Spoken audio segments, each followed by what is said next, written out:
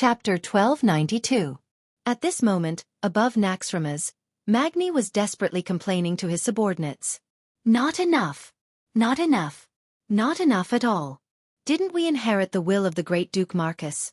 The destruction dwarves who boast that explosions are art? What's the use of this small water gun? When did we become the destruction dwarves? The orange-red bearded dwarf quartermaster, Derek Bengsu, complained in a low voice. Answer my question, quartermaster. Magni roared. Sorry, your majesty, our ships are all full. Although the supplies have been transported to the major ports in the Eastern Kingdom, due to transport capacity, we are barely able to meet the daily demand for artillery shells. We are unable to bear the demand for large-caliber artillery shells. If your majesty has the ability to guarantee the daily consumption of 100,000 tons of artillery shells, I don't mind adding any type of artillery your majesty needs in the next shipment. Derek's neck was red as he angrily rebuked his king. Dwarves were like this. As long as they were in the right, they would fight to the end. Magni knew he was in the wrong and had nothing to say. He had been busy with God's Descent recently, and he really didn't know what the logistic situation was like. This was the inevitable drawback of modern warfare. Artillery had brought a whole new structure to Azeroth, which had always been dominated by cold weapons, stronger offensive and defensive capabilities. At the same time, it brought heavy pressure to the logistics. In the last battle of Mount Hyjal, because the route of retreat could be cut off at any time, it was more like a one-time deal. Supplies were done in one go. Anyway, the personnel and equipment were either dead or depleted, so there was no need to talk about supplies. It was different now. From the moment they settled in Cenarian Fortress, it was a tough defensive battle. The cost of destroying more than 1 million big bugs was the daily consumption of more than 10,000 tons of artillery shells. Even if all the long-distance ships in the Alliance that could cross the Endless Sea were used, the average capacity was only a little more than 5,000 tons. Even if Duque had the foresight to put several production lines of small-caliber artillery shells in Theramore, and the task of food supply was assigned to Theramore, the Night Elves, and the Horde. Almost all the transport capacity was loaded with munitions, but it was still not enough. As the bridgehead of the Alliance, Duque couldn't put the most expensive and cutting-edge production line there. What if someone smashed it or stole it? She wouldn't even have a place to cry. Derek reminded his king, Your Majesty, 90% of the munitions warehouses in Tanaris's hot sand port are full of rats. Magni frowned. 2 seconds later, the shameless dwarf king laughed and ran to the communication center. Duque, we're out of ammo. Can you conjure some bread like magic potions? On the other side, in front of the magic communication mirror, Duque rolled his eyes. Why don't you ask me to summon an army of 100 million and directly destroy Thun? If it's possible, it's not bad too. Magni was shameless. Duque really wanted to curse. What do I need you for? But I just got a tiche, and I'm in a good mood, so I won't argue with you. Where is the place with the most ammunition? Magni turned his head, and Derek immediately answered. Menethil Port. Menethil Port was located in the Paladin Bay, north of Iron Furnace Castle. It was originally a garden-like port of Iron Furnace Castle, but it wasn't called that. In order to perfect the estuary of the dwarves' territory, Rotterdam almost exclusively helped the dwarves build this port. Hence, in order to commemorate the Menethil royal family, they named it that way. Now, the Alliance's industrial areas were mainly in the southern continent, and the specific functions were divided. According to the principle of proximity, Stormport was mostly used for transporting food and daily necessities, while the heavy industrial area was undoubtedly Iron Furnace Castle. Although in order to avoid being wiped out by the enemy, Iron Furnace Castle also transported a lot of munitions to Stormport through the underground railway of Stormwind City, and then loaded onto ships to be transported across the sea. Most of the munitions were still stored in Menethil Port. Faced with Magni's request, Duque scratched his head, and finally nodded. All right, I'll do it temporarily, but don't expect me to have free mana every day. With one order from above, the subordinates ran like crazy. In Cenarian Fortress, the Alliance army was in a complete mess. Move. There's an order from above, empty warehouses 1 to 10 in an hour. Originally, these warehouses were used to store ammunition. Now that there was a lack of ammunition, they were all filled with cannons and steam tanks that were either scrapped or waiting to be repaired. The group of dwarves blew their beards and stared, completely dumbfounded. There was only so much empty space in the relatively safe defensive circle of the fortress. Where were they supposed to move the things in such a short time? 1 hour. Not to mention tools, they couldn't even make it in time when there was a serious lack of steam cranes. Hence, a majestic scene appeared. A large group of dwarves either drove the deity's descent, or pulled the tribe's warriors over to be strong men. In Menethil Port, the dwarves were originally very lazy. Apart from the sentries and patrols, the dwarves were so bored that they were bragging. It couldn't be helped. The Alliance's ships were basically very accurate. When there were no ships, no matter how many munitions the Iron Furnace Castle transported, they could only be thrown into the warehouse at the port. Suddenly, the Alliance's lieutenants rushed into the barracks. Hurry, hurry! Alliance Commander Duke Marcus's direct order. Prepare all the ammunition and large-caliber cannons stored in the warehouse within an hour. Bring them all to the square and wait for orders. The dwarves' quartermaster and logistics personnel were all dumbfounded. So much. How do we transport it? There are at least 300,000 tons of cannon ammunition here. And that's not counting the ones stuffed on the road. Where did the Alliance get these new fleets? How would I know? Maybe the Alliance's strongest mages are preparing to open a portal. This dwarf lieutenant's words were like a prophecy. Right. He guessed right. Xueqi was going to open a portal directly. After the tens of thousands of people below were exhausted, Xueqi didn't care so much. He just held up a tish and started working. Thinking back, this thing could only open a Karazhan portal and send people to Karazhan. Xueqi muttered to himself. Of course, as a good, pure and lawful citizen, Duke would often use a tish to open a Karazhan teleportation portal beside the teleportation portal that the other mages had opened to return to Iron Stove Castle or Dalaran. Of course, as a good, pure and lawful citizen, Duke knew that many of his party members were very talented in destroying the hearthstones that could teleport them home. He even put the two portals almost together. In the end, a bunch of people who didn't know the truth were bitterly sent to Karazhan in the wilderness just like that. It was purely a slip of my hand. You really can't blame me. Ha ha ha ha ha. No one would have thought that an evil priest could actually open a Karazhan portal. At that time, Xueqi was scolded quite a bit. But Xueqi was very proud. He had one of the 1167 Atish in the entire national server. Chapter 1293. At the side, Elucia watched as Xueqi fell into a state of reminiscence and almost drooled wickedly. Even Elucia, who was most agreeable to Xueqi, could not help but facepalm. Please, Xueqi, please pay attention to your image. If your image collapses, it will affect us, all right? Sorry. It did not matter what he looked like. Wandering around without knowing how bad he looked was a capital offense. Xueqi's expression froze. He was that sanctimonious fake king again. Oh no! He was that handsome commander of the Alliance again. After advancing to Breaking Dawn, Xueqi rarely chanted magic. Whenever he needed to chant, it would be a large-scale spell. The next moment, Xueqi's voice traversed space and time, echoing in the sky above Menethil Port and Cenarian Fortress at the same time. It seemed close yet far. The chanting was filled with ethereal inspiration, as if Xueqi's voice did not come from the other side of space, but from the divine domain. The incantation for the portal was a magic incantation that every Radiant Moon Archmage had to learn. After countless generations of cuts and improvements, it had become unchangeable. O lost soul wandering the world, may the stars give you guidance. May the earth bear your burden. In the name of Duke Marcus, I open a bridge that connects heaven and earth, and turn the natural mode into a path. The incantation was the main point, but the series of spatial coordinates that appeared in his mind at the same time was the most important. For something like spatial teleportation, if one only needed to teleport between two places without any gap, then one only needed to remember the starting and destination coordinates. However, Azeroth was also a self-moving planet. To complete a continuous teleportation for a long period of time, one had to constantly change the spatial coordinates according to the planet's self-movement. Simply put, it required a series of absolutely correct spatial movement formulas. Any mistake would cause the teleporter to be beheaded at best, or disappear forever in a spatial rift in the worst. This was why teleportation often only happened between mages and major cities.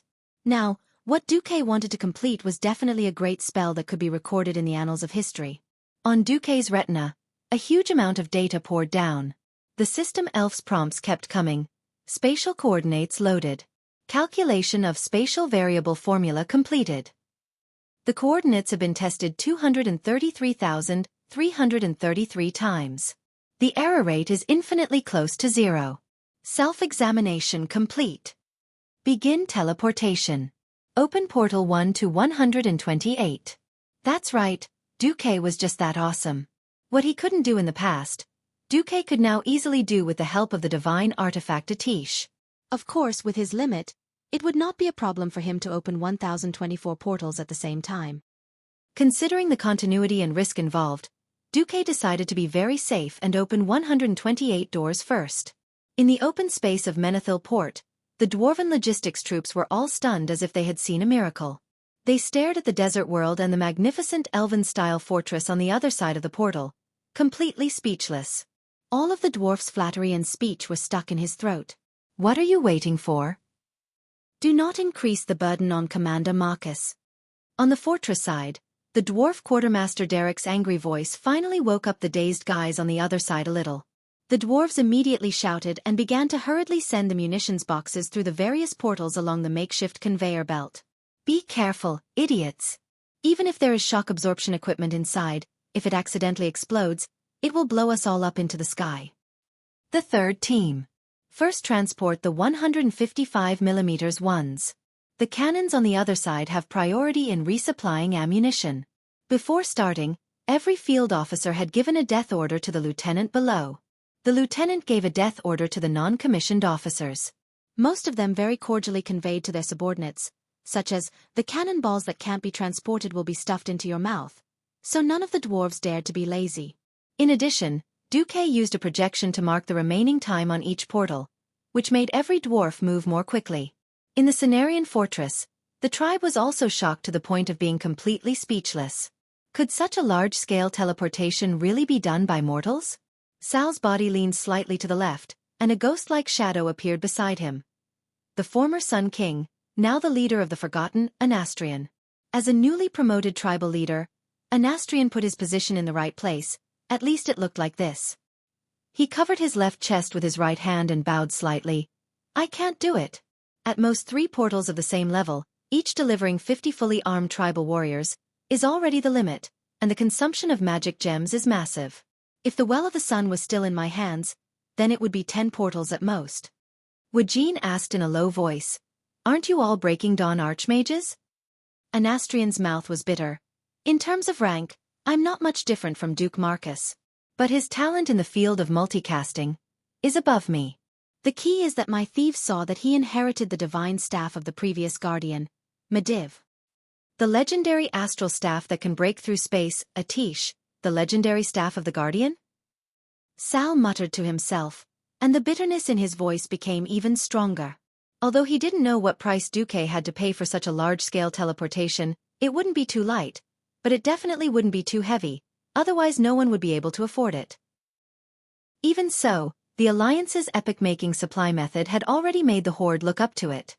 If it was just the flying warships, the Horde still had a chance to imitate and catch up, but the flying fortresses and large-scale teleportation made Sal completely despair. This was already something that had nothing to do with the technology tree or talent. Unless the tribe was lucky enough to dig up another floating fortress left behind by the Titans and get their hands on a space staff that was close to Atish's, not to mention that they had complete trust in Anastrian and were not afraid of her betrayal.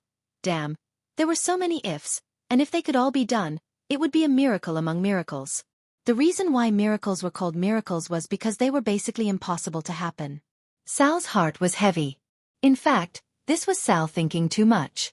In the original history, during the period of the King of Draenor, the Alliance and the Horde jointly attacked Draenor, which did not explode. It was in the Moon Shadow Valley that the Alliance quickly built a huge fortress almost from nothing. What did they rely on? It was by relying on the portal. A large number of soldiers and craftsmen came from the huge portal. Materials such as wood and stones were locally obtained, but craftsmen and key alloy parts were all transported from the major cities of the Alliance across planets. In that era, cross-space supplies and strikes had long since become commonplace. It was just that Xueqi had realized it earlier. As for the Horde's strong mind suffering 100,000 points of critical damage, Xueqi said, he would not take the blame for this. Chapter 1294. The Dalajan could also fly, but the Dalajan was the capital of a country. It wouldn't be good if it was damaged on the front lines. If the mage towers in the outer perimeter were to be destroyed, the Novice Mage Training Institute in the center would be damaged. Forget about whether Luo Ning, who had died somewhere, would be furious when he returned. Duke would definitely be heartbroken. Right now, Dalaran was his backyard and a training ground for talents. So whether it was attacking or defending, Naxxramas had to go first.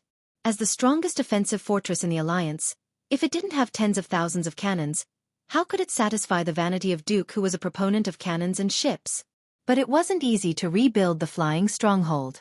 If there was anyone to blame, it was Duke's fault for tormenting Naxxramas too thoroughly. First, he let the Dalajan give it a shot, then it fell from the sky into Karaj, where the bugs almost tore it apart. In the end, Duke gave up a few areas in order to clean it up. Naxxramas was now empty inside. Many places were hollow, and who knew how long it would take to rebuild. But the Alliance didn't have the time to do this. Duke could only use the system to calculate the balance and install cannons on the stronghold first. Balance was very important. Whether it was a ship or a plane, it had to be calculated before departure, otherwise it would overturn. With the plague area almost completely destroyed, the weight of the cannons was a huge project. Fortunately, Duke had the system elf to help him calculate. It took a full 3 days for the dwarven craftsman to work overtime, almost without sleep, to help Naxxramas install about 2,000 cannons and prepare about 50,000 tons of shells. Although 50,000 tons was a lot, before industrialization, the dwarven things were all thick and hard. It wasn't much to use. But it's enough for now, Duke concluded. In the command hall of Naxxramas, there was a sudden uproar. When do we attack? The one who asked was Lord Rorgrom. For the brave orcs, they had only been defending and not attacking for a while. Moreover, the few huge bug nests in the Silithus region were the biggest scourge. As long as the worm nest was not destroyed, the worm queen inside would be able to continuously produce a large number of large worms and cause trouble everywhere.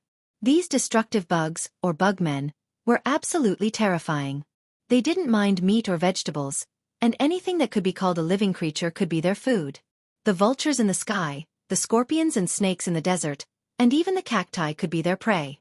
Just like that, the queen of the swarm unscrupulously replenished her nutrients, and then gave birth to 4-digit eggs every day. In less than 10 days, a new batch of giant insects would emerge from their cocoons and continue to wreak havoc everywhere. Therefore, destroying the hive was imperative. Faced with Master Howl's question, Duque pondered for a moment and said, "The day after tomorrow. I'll greet the dragons first." Duque didn't notice, or perhaps Duque intentionally or unintentionally saw a pair of eyes filled with hatred because of the words, "the day after tomorrow." Compared to the tribes whose homes had been destroyed, there was a leader of the Alliance who hated these worms even more. But ever since he arrived at Cenarian Fortress, nothing was up to him. Yes, he was Fandral Staghelm. Having lost his son, he was eager to attack the swarm, but Tyrant held him down tightly, forbidding him and his elite druid troops from leaving the fortress to attack before the main force returned. In the end, he even hated Duque. Now that Duque was attacking from the rear in order to reorganize, it made him grit his teeth even more. But Duque ignored him. He let Magni discuss the deployment of troops with Thrall, while he used the compass to find Alexstrasza. "Yo, Your Highness, are you worried about the big trash in the void?" The remains of the Burning Legion's warships. The Red Dragon Queen's eyes lit up in the magic mirror. The continuous battle in the void had caused great losses to both sides. The dragons dead had their companions collect their corpses and send them back to Dragonbone Waste to be buried. But the large number of space warships used by demons became a headache. If it was the corpses of demons, the dragons could use their powerful bodies to ram through them, but the harder and larger wreckages could not. And as the number of wreckages increased, the dragon's ability to find enemies decreased. Alexstrasza's interest was piqued when Duque suddenly mentioned the big trash. "Hee, what good suggestion do you have?" "Let's hear it." No one knew what Duque discussed with the queen. Anyway, the day of the army's deployment was fast approaching. Door of Darkness 22, March 18th, 8 a.m. Uncharacteristically, Duque wasn't in charge of the Alliance's main attack this time. The commander-in-chief was Magni, the cannon maniac, while Thrall and Tyrant were in charge. Outsiders might not understand, but those familiar with the Alliance knew that under Duque's guidance, the Alliance had long since abandoned the medieval style of warfare. Now, as long as the conditions allowed it, they would use their cannons to bombard everything that could move within their field of vision. No, today was a little more special. Standing on the platform that Naxxramas had specially opened up, looking down at the ground 3,000 meters above the ground, it was a strange feeling. This height had long surpassed the height that flying insects could climb. What was a beating up? This was a beating up. Thrall's eyes narrowed. He could already see the outcome of this battle. This was like using cannons to fight primitive people. It was just that unreasonable. All right. Your Excellency Tyrant Whisperwind, since Duque has left the opening to you, my little fellows and I will watch the show first. Magni gave up the main position. Thank you, Your Majesty Bronzebeard. Tyrant didn't stand on ceremony and stood in the middle. Time was up. Tyrant raised her head slightly. Her clear eyes seemed to emit two sharp rays of divine light. It pierced through space, through the clouds, and looked straight into space. A second later, Tyrant's long green hair suddenly started to flutter even though there was no wind. She only wore a golden bracelet, and her well-developed arms were raised high, revealing the beautiful lines of her muscles. She focused all of her attention, as if she was searching for something and guiding something. She shone brightly, and under Elun's divine power, the clear sky suddenly darkened. The sun and clouds seemed to have disappeared, and everyone could suddenly see the stars in the sky. Above the atmosphere, a void battleship that had been broken for who knew how many years was being pulled by several ancient dragons was changing its orbit, falling from the planet's synchronous orbit into the designated route. Soon, in the pitch-black void, a long line of fire lit up the entire defense area of the dragon aspect. Even in the midst of patrolling, the soaring dragons still turned their necks to look at that bright red. Chapter 1295. Rumble. The entire atmosphere rumbled. Even if the officers repeatedly warned the soldiers below, even if these soldiers were not new recruits, after seeing this scene and listening to the terrifying sound in the sky, the soldiers were still restless. In the sky above Silithus, a bright line of fire suddenly appeared from the sky. When the line of fire was imprinted in Thrall's resolute eyes, no one could see Thrall's expression. He still held the semi-divine weapon Hammer of Destruction tightly, but this famous weapon seemed to be not worth mentioning in the face of the terrifying attack that was about to happen. Thrall seemed to be in deep thought, and his green face seemed to be much paler than before. The golden light descended from the sky and was reflected in the deepest part of the eyes of every Alliance soldier. It seemed to be a long parabola drawn from the distant realm of the gods. Under the continuous gestures of the elven high priest, it turned into a stream of light from far to near. Everyone subconsciously turned their heads so that their eyes could follow the light. The golden light left a long afterimage in their field of vision, and it hit the ash insect nest directly north of Cenarian Fortress. It exploded with a loud bang, like a dazzling flower blooming with golden flames. It was 50 stories tall, and it looked like a gigantic insect tower made of solid rubber, but it collapsed with a single strike. Not only that, the entire insect nest couldn't withstand this sky-high attack at all, and there were signs of subsidence. The insect army guarding the insect nest was lifted up by the huge flame shockwave, thrown away, and dismembered into countless pieces, finally falling like raindrops.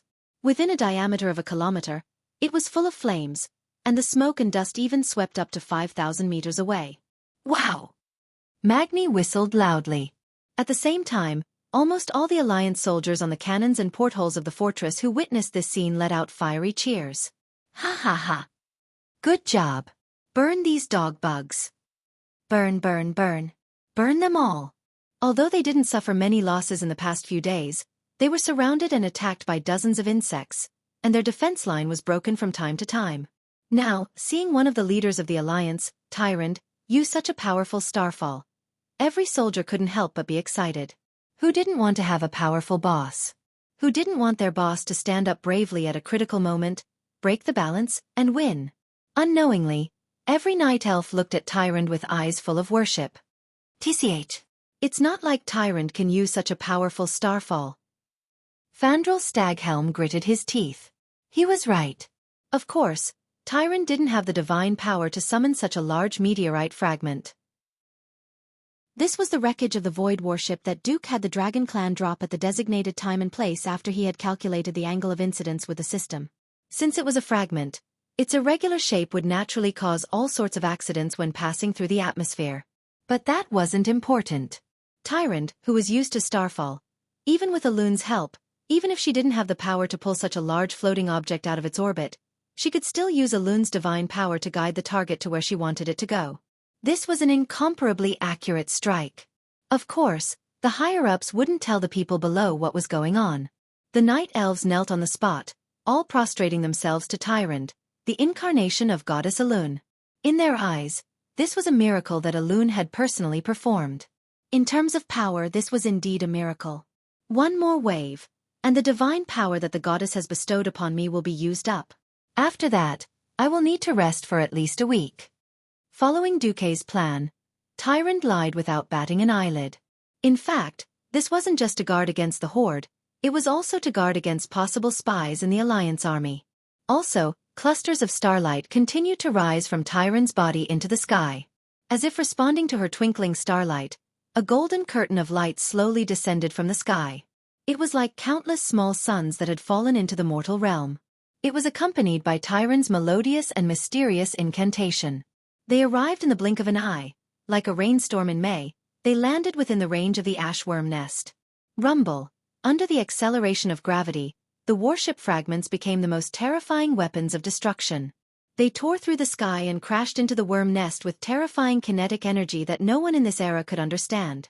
Not only did they cause the most terrifying massacre, but they also caused earth-shattering destruction. With the naked eye, everyone could see that the entire worm nest was collapsing. It wasn't just 1.5 meters, but a huge hole that was as high as a 10-story building. Finally, Starfall was over. Tyrant collapsed as if she had lost all her strength. Tyrant! Sasha, who was beside her, reacted quickly and caught her.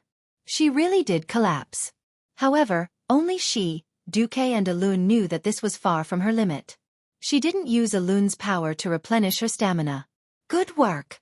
Now it's time for the dwarves to perform. Magni bowed slightly, then stood on the main seat and shouted, "Kids, use the white phosphorus bombs, incendiary bombs, and heavy oil bombs." 2 minutes later, the rumbling of cannons could be heard throughout the flying fortress. The ashworm lair was already on fire. After all, the falling meteors weren't real fire elemental attacks. Now that they had enough ammunition, the dwarves turned the entire worm nest into a sea of fire. Speaking of which, if these things were used on humans, it would definitely be insane. For example, if the white phosphorus bombs burned a person, they could burn through the skin all the way to the bones.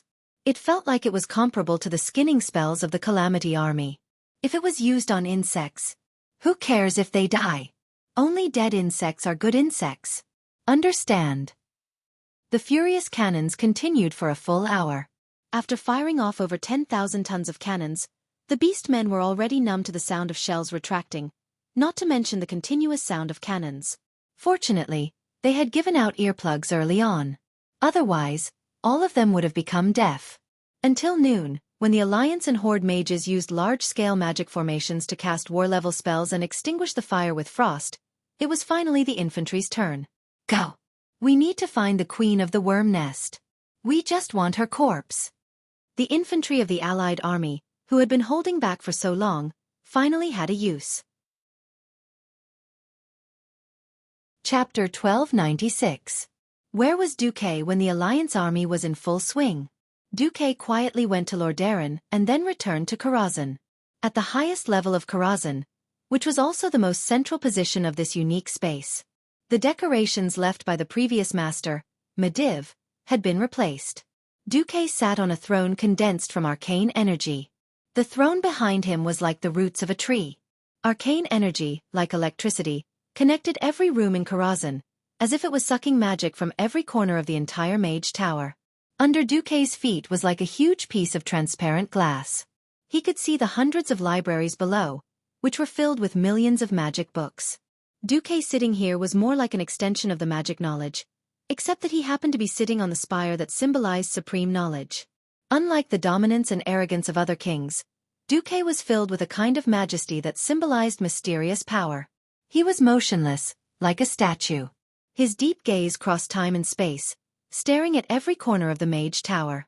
The Einherjar guarding the entrance of the gate, the Einherjar attendants preparing to welcome guests in the arched hall that towered like the sky, the Saintess of Chastity waiting for the enemy at the end of the arcade, the curator who was vigilant in the library. The depths of Xueqi's eyes were like the well of eternity that constantly produced magic, or like the endless sea that could condense terrifying whirlpools. The spiral-shaped magic waves made him even more mysterious.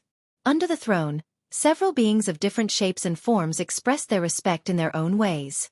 Majordomo Executus, the fire demon manager from the Molten Core, put his right claw on his left chest and bowed slightly. Opposite him, the frost elemental dragon, Sapphiron, who had just been redeemed by Xueqi from Naxxramas, bowed its noble head. Farina, the black witch, who exuded a shadow aura, wore a white gauze evening dress. It seemed that she didn't want to give Xueqi a bad impression. This white gauze dress was quite conservative, with a high neckline, and nothing revealing on the chest or back. She stood there in the most ladylike posture. If it was in the past, she might have had some unnecessary thoughts, but ever since she had the existence of the person standing opposite her, she didn't have any other thoughts. She couldn't think of anything. That's right. That person was an existence that everyone in the human kingdom knew about. The former Archbishop of Holy Light, Alonso's Fail. If he had a choice, Xueqi did not want to disturb this great saint's rest. But Xueqi had no choice but to do this, because he only had shadow.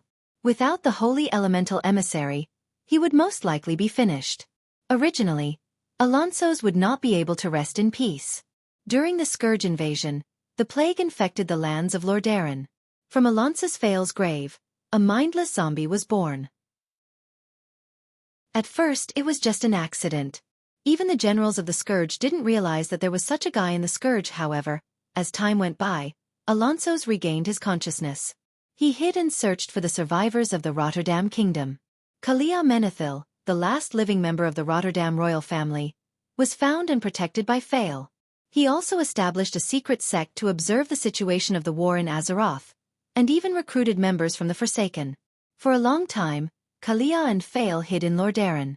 Until Willan, who was one of the three leaders of Eredar along with killed Jaden and Archimonde, came to Azeroth after rejecting Sargera's corruption. The two leaders of the Holy Light hit it off, and they formed a secret alliance to prepare for the future war between the Light and Dark factions. In this life, Lordaeron was recovered, and Alonso's grave, which Xueqi had been protecting, was not destroyed. Xueqi was able to summon Alonso's soul. If there is a shadow, there must be light. Otherwise, it will only gradually sink and fall. I hope that you can continue to guide me and continue to fight for the future of Azeroth. When Xueqi made this request, Alonso's Fail agreed to become Xueqi's Holy Light elemental emissary without hesitation. At this moment, looking at the Archbishop of Holy Light standing in front of her with a gentle and amiable smile, Farina felt as if she had been scolded by a dog. She had a premonition that if she dared to mess around, she would definitely have a hard time in the future. With a top-notch holy soul, Alonso's talent was unquestionable. However, there were too many existences with shadow souls. Even if Alonso's couldn't be replaced, Farina could be replaced at any time. Farina felt like crying. Next to Alonso's was the Redemption Knight Thaddeus, who had reverted to the appearance of a paladin. He no longer appeared in the form of a monster. His soul looked like that of a paladin, but instead of bursting out with crackling lightning, he was a natural element Thunder Knight. Unknowingly, Xueqi had gathered 5 elemental emissaries. However, everyone knew that there was at least one more. As a priest, Holy and Shadow were necessary. Similarly, as a mage, once they had fire and frost, all that was left was arcane magic. It was not easy to find a special soul that could contain powerful arcane magic and treat arcane magic as a life form. For a while, Farina sometimes thought maliciously that Ronan's disappearance was fake, and that Xueqi had actually killed Ronan and made him an elemental emissary. Fortunately, the Black Witch did not dare to say this out loud. Otherwise, Xueqi would definitely serve her with leather whips and candles. Cough, cough, torture. Fortunately, Xueqi had obtained such a powerful arcane magic soul almost at the beginning of Xueqi's rise to fame. The door of the hall opened with a loud bang. Under the gaze of the 12 Einherjar gods, a soul mage slowly walked in. Walking on the bright red carpet, his appearance could not be considered heroic, but he had a dignified air of a scholar. He wore a hood-like, Mind Union headgear, and a dark blue Edward's will, that complemented the complex elvish style. In his left hand was a red prismatic crystal, and in his right hand was a Hne's resin soul blade that looked like a cluster of flames. On his back was a fiery red secret ruby cloak that fluttered in the wind, and the ring of grim storm on his finger was shining. This gorgeous mage equipment was comparable to that of the main force of the Alliance's hero squad. In the original history, he would have been the one to shine brilliantly. Unfortunately, in this life, he was unlucky and was killed by Sargeras. But that was not important. After managing Karazhan for Xueqi for more than 20 years, he finally stepped onto the glorious stage of Azeroth. Yes, his name was Khadgar. Chapter 1297. Khadgar was supposed to be the third great mage who could destroy the heavens and the earth. In history, he would often single-handedly blow up bridges, block dams, and cause chaos to the iron horde that was created by the brainless roar that ran away. Looking at Khadgar's translucent face, which was still young because of his early death, Xueqi felt a little guilty. But this was fate. If not for Xueqi, perhaps he would still be as powerful as he was in history. Since Xueqi had taken over his fate and done better than him, Khadgar could only do so. If not for Xueqi needing an arcane elemental emissary to break through to the demigod level, Khadgar would probably still be a pitiful earthbound spirit in Karazhan. Managing the library and fighting the occasional invading monsters, this was Khadgar's unchanging life. His translucent spirit body was clad in solid cloth armor, and he did look a little out of place. Soon, this would not be a problem. Lightly putting down the magic weapon in his hand, Khadgar pressed his hands to the ground and made a standard bow. Great Archmage, my lord Duke Marcus, your loyal servant, Khadgar, has come to pay his respects. The once young mage's voice was now filled with indescribable excitement. He had been dead for too long, so long that he had almost forgotten how it felt to be alive. This did not mean that he did not want to be resurrected. Not in the form of a filthy undead, but as some kind of life, to truly reappear in the world, just like his master Medivh. Resurrection was the privilege of the gods. One had to at least step into the demigod level to have the right to discuss this issue. Now, in front of him was a chance to become Xueqi's elemental emissary and become an elemental creature, just like Batdius and Alonso's. Sitting on the throne, listening to Khadgar's sincere greeting, Xueqi felt a strange sense of absent-mindedness. He felt as if he and Khadgar had been reversed. If Khadgar had not died, or if he, Xueqi, had been more capable 20 years ago and had discovered a cultivation method specifically for ghosts, would Khadgar have had a better life? Fine. There was no point in making assumptions. Xueqi sighed softly. Since it was already like this in this life, there was no need for him to feel ashamed. I've never seen such a shameless person before. Yes, I've seen it today. Xueqi then put on a serious face and slightly raised his chin. Khadgar, how many years have you served me in the form of a heroic spirit? Khadgar lowered his head deeply. It has been 22 years, my lord. All this time, I have been doing my best to fulfill the duties of a servant and help you protect Karazhan. Xueqi raised his right hand, and a pair of arcane palms appeared out of thin air, helping Karthika up. Khadgar stood up, still maintaining his slightly bowed posture. Very good. I can see how loyal you are. I've always felt sorry for your tragic fate. Xueqi cleared his throat and continued. I've always believed that the reason why people are noble is because they have the desire for knowledge, the desire to explore, and the courage to fight against fate. Tell me, Khadgar, are you willing to be a ghost mage forever? Khadgar took a deep breath, even though this action was meaningless to a ghost. If this is your will, my lord, I will accept it. The corner of Xueqi's mouth rose. Unknowingly, Khadgar had already learned so many ways to speak. Back then, he had still been a hothead. Perhaps, this was what growth was like. Age and circumstances would always smooth out one's edges. Right now, I have a better and more dangerous choice for you. You can choose to become my arcane elemental emissary and help me control the power of the arcane domain. But the price is that from the moment you agree, you will become a special life form attached to me. If I die, or fail to become a demigod, you will be like me. Soul. Fly. Soul. Disperse. Do you understand what I've said? Faced with Xueqi's question, Khadgar nodded again and said solemnly, very clearly. That's right, if he maintained his current state, Xueqi would definitely let him continue to be the administrator of Karazhan. But so what?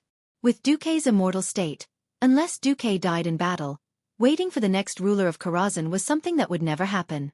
If Khadgar could not even grasp this opportunity and did not have the courage to do so, how could he rise in the future? Without even half a second of hesitation, Khadgar raised his head and said in a clear voice, "If this is the choice you give me, my lord, then I will choose to fight with all my strength. I hope to become a higher and stronger life form and help you, my lord." A smile blossomed on Duque's face. "Very good. This is the Khadgar I know, the one who never lacks wisdom and dares to challenge himself." Duque stood up and slowly walked down the stairs made of the purest arcane energy. He raised his right hand, his palm facing Khadgar's forehead. "Khadgar, what I am about to do is different from the other elemental emissaries. You know that. Arcane magic is the most basic and important core of the three elements of a mage. Thus, I will modify your soul so that your new form will be completely connected to my magic circuit. Your soul will be an extension of my magic circuit. And you will become the core commander of the other elemental emissaries. I'm not afraid to tell you that this process will be very painful." In a sense, to use an inaccurate analogy, if Duke was a complete iPhone and smartphone, then an ordinary elemental emissary would most likely become an existence equivalent to a power bank in normal times. They would help Duque communicate with the elemental realm, absorbing and filtering more elemental energy for Duque to use. However, Khadgar would become Duke's auxiliary chip, RAM, and power bank, a special existence that combined all of these functions into one. He would be able to use magic to attack enemies for Duque, but he would also be like a command tower. Duque would even give Khadgar a portion of the system elf's computing power. Because recently, the system elf had finally reached its limit. When calculating the trajectory of the warship wreckage in the atmosphere, Duque felt a wave of fatigue. Faced with Duque's physique, Khadgar's reply was resolute. "I can endure it." Indeed, only someone as talented as Khadgar would be able to withstand this pressure. "Then let's begin." Duque's palm lightly pressed against Khadgar's forehead. As his palm felt a slight chill, a large amount of magical information began to rush into Khadgar's sea of consciousness. "Ugh!" Khadgar let out a muffled groan. Chapter 1298. Everything in the world had to be done step by step, and Karthika didn't have extraordinary talent from the very beginning, directly becoming the world-destroying great master of true virtue. In history, Khadgar had inherited Mediva's legacy and spent more than 20 years to become a true powerhouse. In this life, Khadgar had died when he was still weak. Even though Duque had made him a heroic spirit mage after his death and had given him the right to read all of Karazhan's libraries, as well as the right to absorb other souls to strengthen himself, he had still lacked experience. That kind of life and death experience. Truthfully speaking, only a soul that had withstood all sorts of trials and tribulations and truly matured would have the soul strength that Duque needed for the elemental emissary core.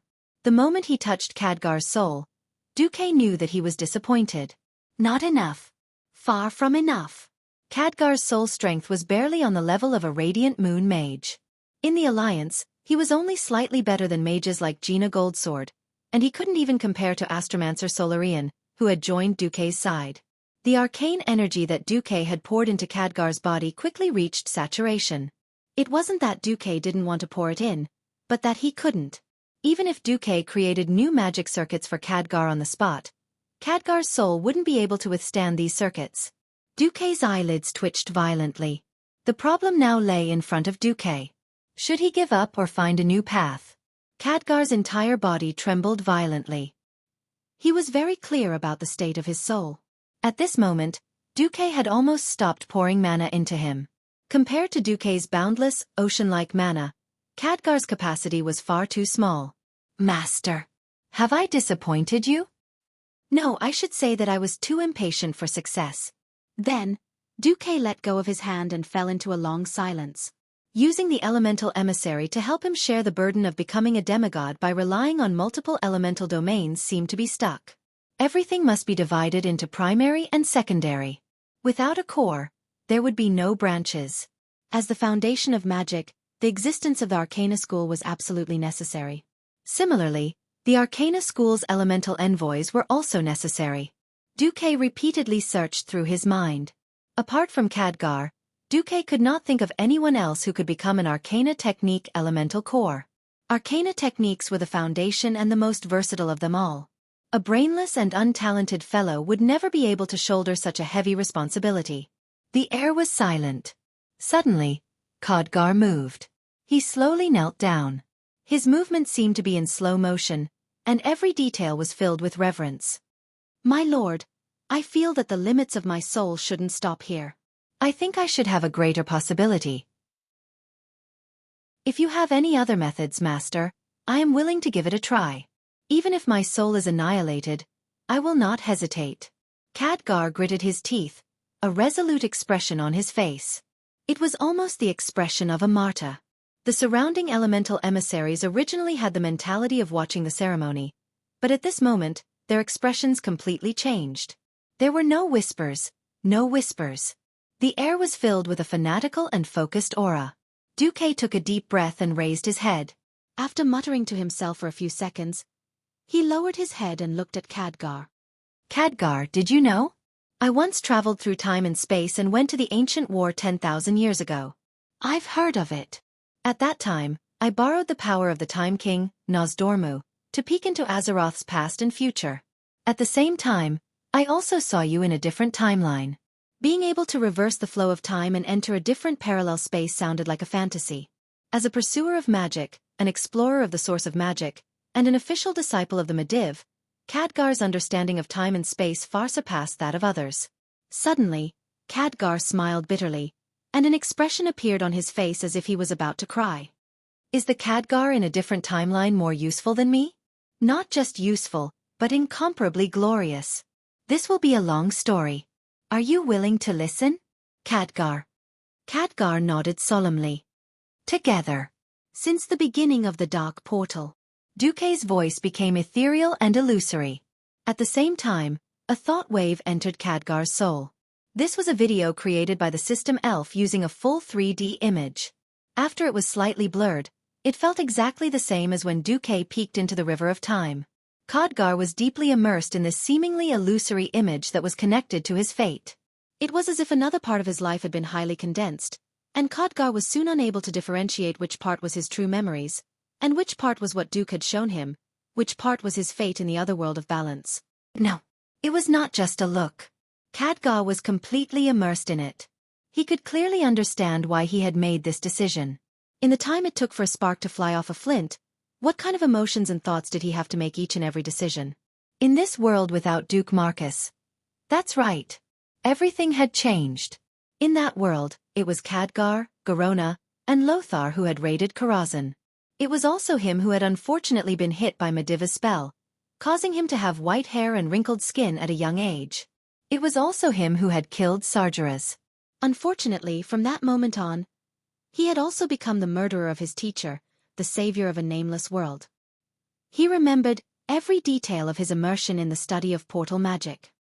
He clearly remembered that the dark portal had opened again, and the orcs had begun to attack the watchtower. How the orcs had used simple weapons to destroy the human infantrymen, smashing their helmets to death, and cutting off their shields and arms. He also personally decided that in order to completely stop Nazul's evil plan, he would lead a coalition of humans, dwarves, and elves together with Turalian, Daneth Trollbane, Aurelia, and Kudrin on an expedition to the Draenor world in an attempt to hunt down Nazul. In the end, in the final battle of Draenor, Ricard ushered in that fateful explosion. He could still remember that his mouth was wide open, and he screamed silently. But he had to do everything he could to stop this terrifying explosion. Such a huge amount of energy. It was like a spreading flame on the plains, running wildly through his body, burning his magic circuits, and making it almost unbearable for his senses. Then, everything returned to silence. Soon, he turned from a participant to a third-person spectator. He, Khadgar, was regarded as one of the 5 heroes of the Dark Portal, and a statue was erected in the King's Valley in Stormwind City. "I am a hero." Chapter 1299. A piece of history that seemed to come from another world stirred up all of Khadgar's memories that had been sealed away for a long time. In the past, he had many dreams as a youth. He dreamed of being a great hero who saved the world, dreamed of becoming the greatest mage, and left his name in history. His parents had sent him to the Dalajan to receive training, and this was what they had taught him. When his innate talent had been activated and he had become a disciple of Mediv, this was also what he had longed for. Goals were different from dreams. Goals could be achieved through hard work and time. But dreams were loftier and more distant. All of a sudden, he was told that in the other world of Azeroth, he was a hero. All of a sudden, all of his dreams, all of his vanity, and even the occasional hollow feeling in his chest were filled in an instant. The feelings that had been dormant in his soul for a long time seemed to have been awakened. So, I can also be this strong, and I can be so worshipped? This feeling was truly wonderful, but in the next moment, Khadgar was startled awake. Was this hero still him? Did the things that happened in the parallel world have anything to do with the main timeline that he was currently in? Khadgar's head suddenly jerked backwards, and his entire body arched backwards. Perhaps in that world, he was like the main character in all the legends of heroes, the gathering point of the world. But it was precisely this feeling of reality that brought him a new and dangerous experience that made him feel a little unreal. As Xueqi's thoughts stopped, Khadgar found that his senses had returned to normal. He panted heavily. This was a habit of his. Spirit bodies did not need to breathe. Khadgar began to carefully distinguish between what was real and what was not. Xueqi did not say anything, nor did he try to remind or force Khadgar to do anything. In Xueqi's imagination, not many people would be able to withstand such an impact. In particular, the psychological difference was too great. How many people would be able to withstand suddenly knowing that they could actually be amazing after living such a terrible life for 20 years? From Xueqi's perspective, this was like opening Pandora's box. It could release many terrifying things, such as the most negative emotions. But don't forget that the final item in Pandora's box was hope. Therefore, Xueqi wanted to take a gamble no matter what. He wanted to see if Khadgar, the most powerful great mage in history, lived up to his reputation. It had nothing to do with one's ability to comprehend magic. There were too many talented people in this world, but how many of them could become successful in the end? Apart from talent, success depended more on willpower. Khadgar's willpower had always been strong. Ho ho ho. Khadgar panted heavily. Can I see it again? In fact, can I see my future self in that world? Sure, Xueqi replied calmly as he once again sent over the image created by the system elf. Khadgar closed his eyes and slowly relaxed his senses, allowing the large number of images that invaded his sea of consciousness to gradually calm down, until it became as smooth as watching a movie. Scene after scene flashed before his eyes. Khadgar was once again immersed in that virtual me from another world. In that real illusory world, he opened his eyes and took a deep breath. Now, he was standing in a memory that belonged only to him. He was standing in a small world with himself as the center. His body was surging with the energy of that world, and what he felt was something that he could not have felt in his 20 years as a soul. This was very fresh and very heavy, and it allowed him to see things that he could not have seen before. That's right. In that world he was the hero. He was the leader. At the same time, he had to bear many things that he did not need to bear in the main storyline world. Choice. Almost every choice of a high-ranking person was accompanied by pain and sacrifice. There was nothing that could be achieved without paying a price, and there was no war that did not involve death. In this world, he had been a miserable low-ranked mage when he was alive. After choosing to preserve his soul, he only needed to fulfill his duty as a steward. He could push all the dangers to Xueqi and be his own librarian, roaming in the sea of books and immersing himself in magic experiments. In that parallel world, he was the most important magic consultant of the Alliance, as well as an important leader of the Alliance. Every speculation and decision regarding the realm of mystery was incomparably heavy. It had to be said that Khadgar's heart was in a mess, and he was even feeling bitter. But at this time, Khadgar saw something else. It was something that Xueqi had intentionally or unintentionally let him see. Sometimes, without comparison, there would be no harm. Khadgar saw that under Xueqi's leadership, the first and second dark portal ended in 2 years. In his own world it had taken 6 years. In this world, Xueqi had vigorously developed technology and economy, turning the tide many times. In the field of conventional warfare, the Alliance had almost completely suppressed the enemy.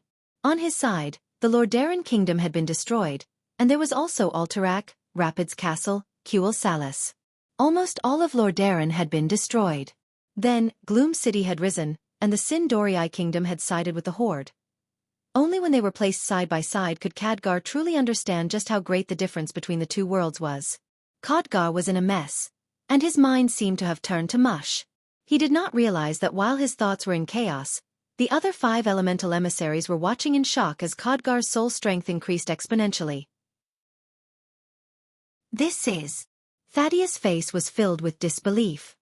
Only a soul that has been tested is the strongest soul. Alonso sighed. Duque did not disturb Khadgar. Dooku was throwing caution to the wind, completely throwing caution to the wind. He really did not know how telling Khadgar the truth would affect this steward of Karazhan, who had loyally watched over him for 22 years. He could only gamble. Huff, huff, huff. Khadgar's breathing became rapid. Finally, after 2 minutes, he seemed to have calmed down. Duque asked in a low voice. Khadgar, is it a pity? Is it resentment? Perhaps the original you could have done better. Khadgar raised his head and smiled.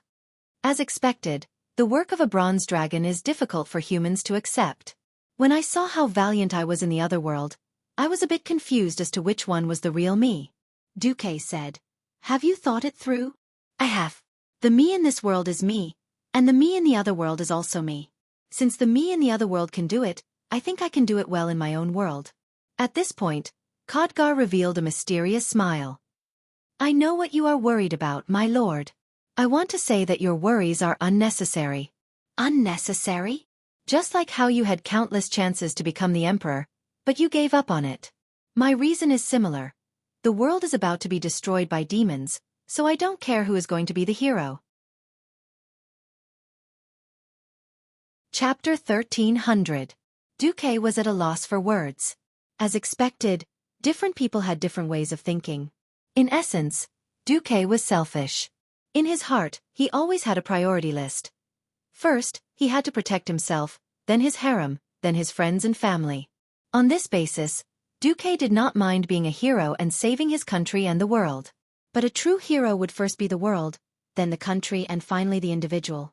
No one was born great, but those with noble bloodlines could also fall into the deepest darkness. No matter what kind of education or circumstances a person received to have such a grand idea and then put it into action, they should be praised and praised. Yes. Even if the sky collapsed, the tall one would hold it up.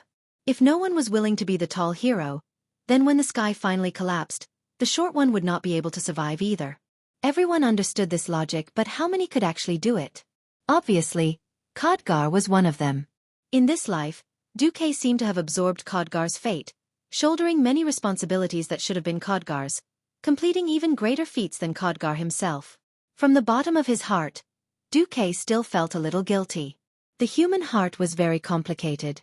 It was true that Duque could continue to cheat others and trick Khadgar into becoming his magic battery after he improved himself.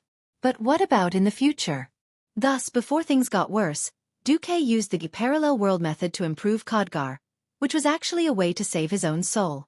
Unexpectedly, Khadgar laughed and said, "The world is about to be destroyed by demons. I don't care who's going to be the hero." These words seemed crude, but were actually filled with philosophy. Duque's heart was relieved. So this is the so-called gauging the heart of a gentleman with one's own yardstick? Suddenly, he laughed bitterly.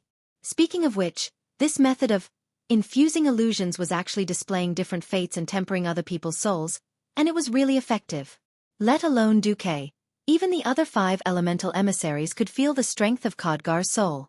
To be honest, before this, Dark Witch Farina had looked down on Khadgar. She could not imagine why Duque would choose such a weak soul to be the core of his 6 elements. Who would have thought that a miracle that seemed to happen frequently but was actually impossible to replicate had happened?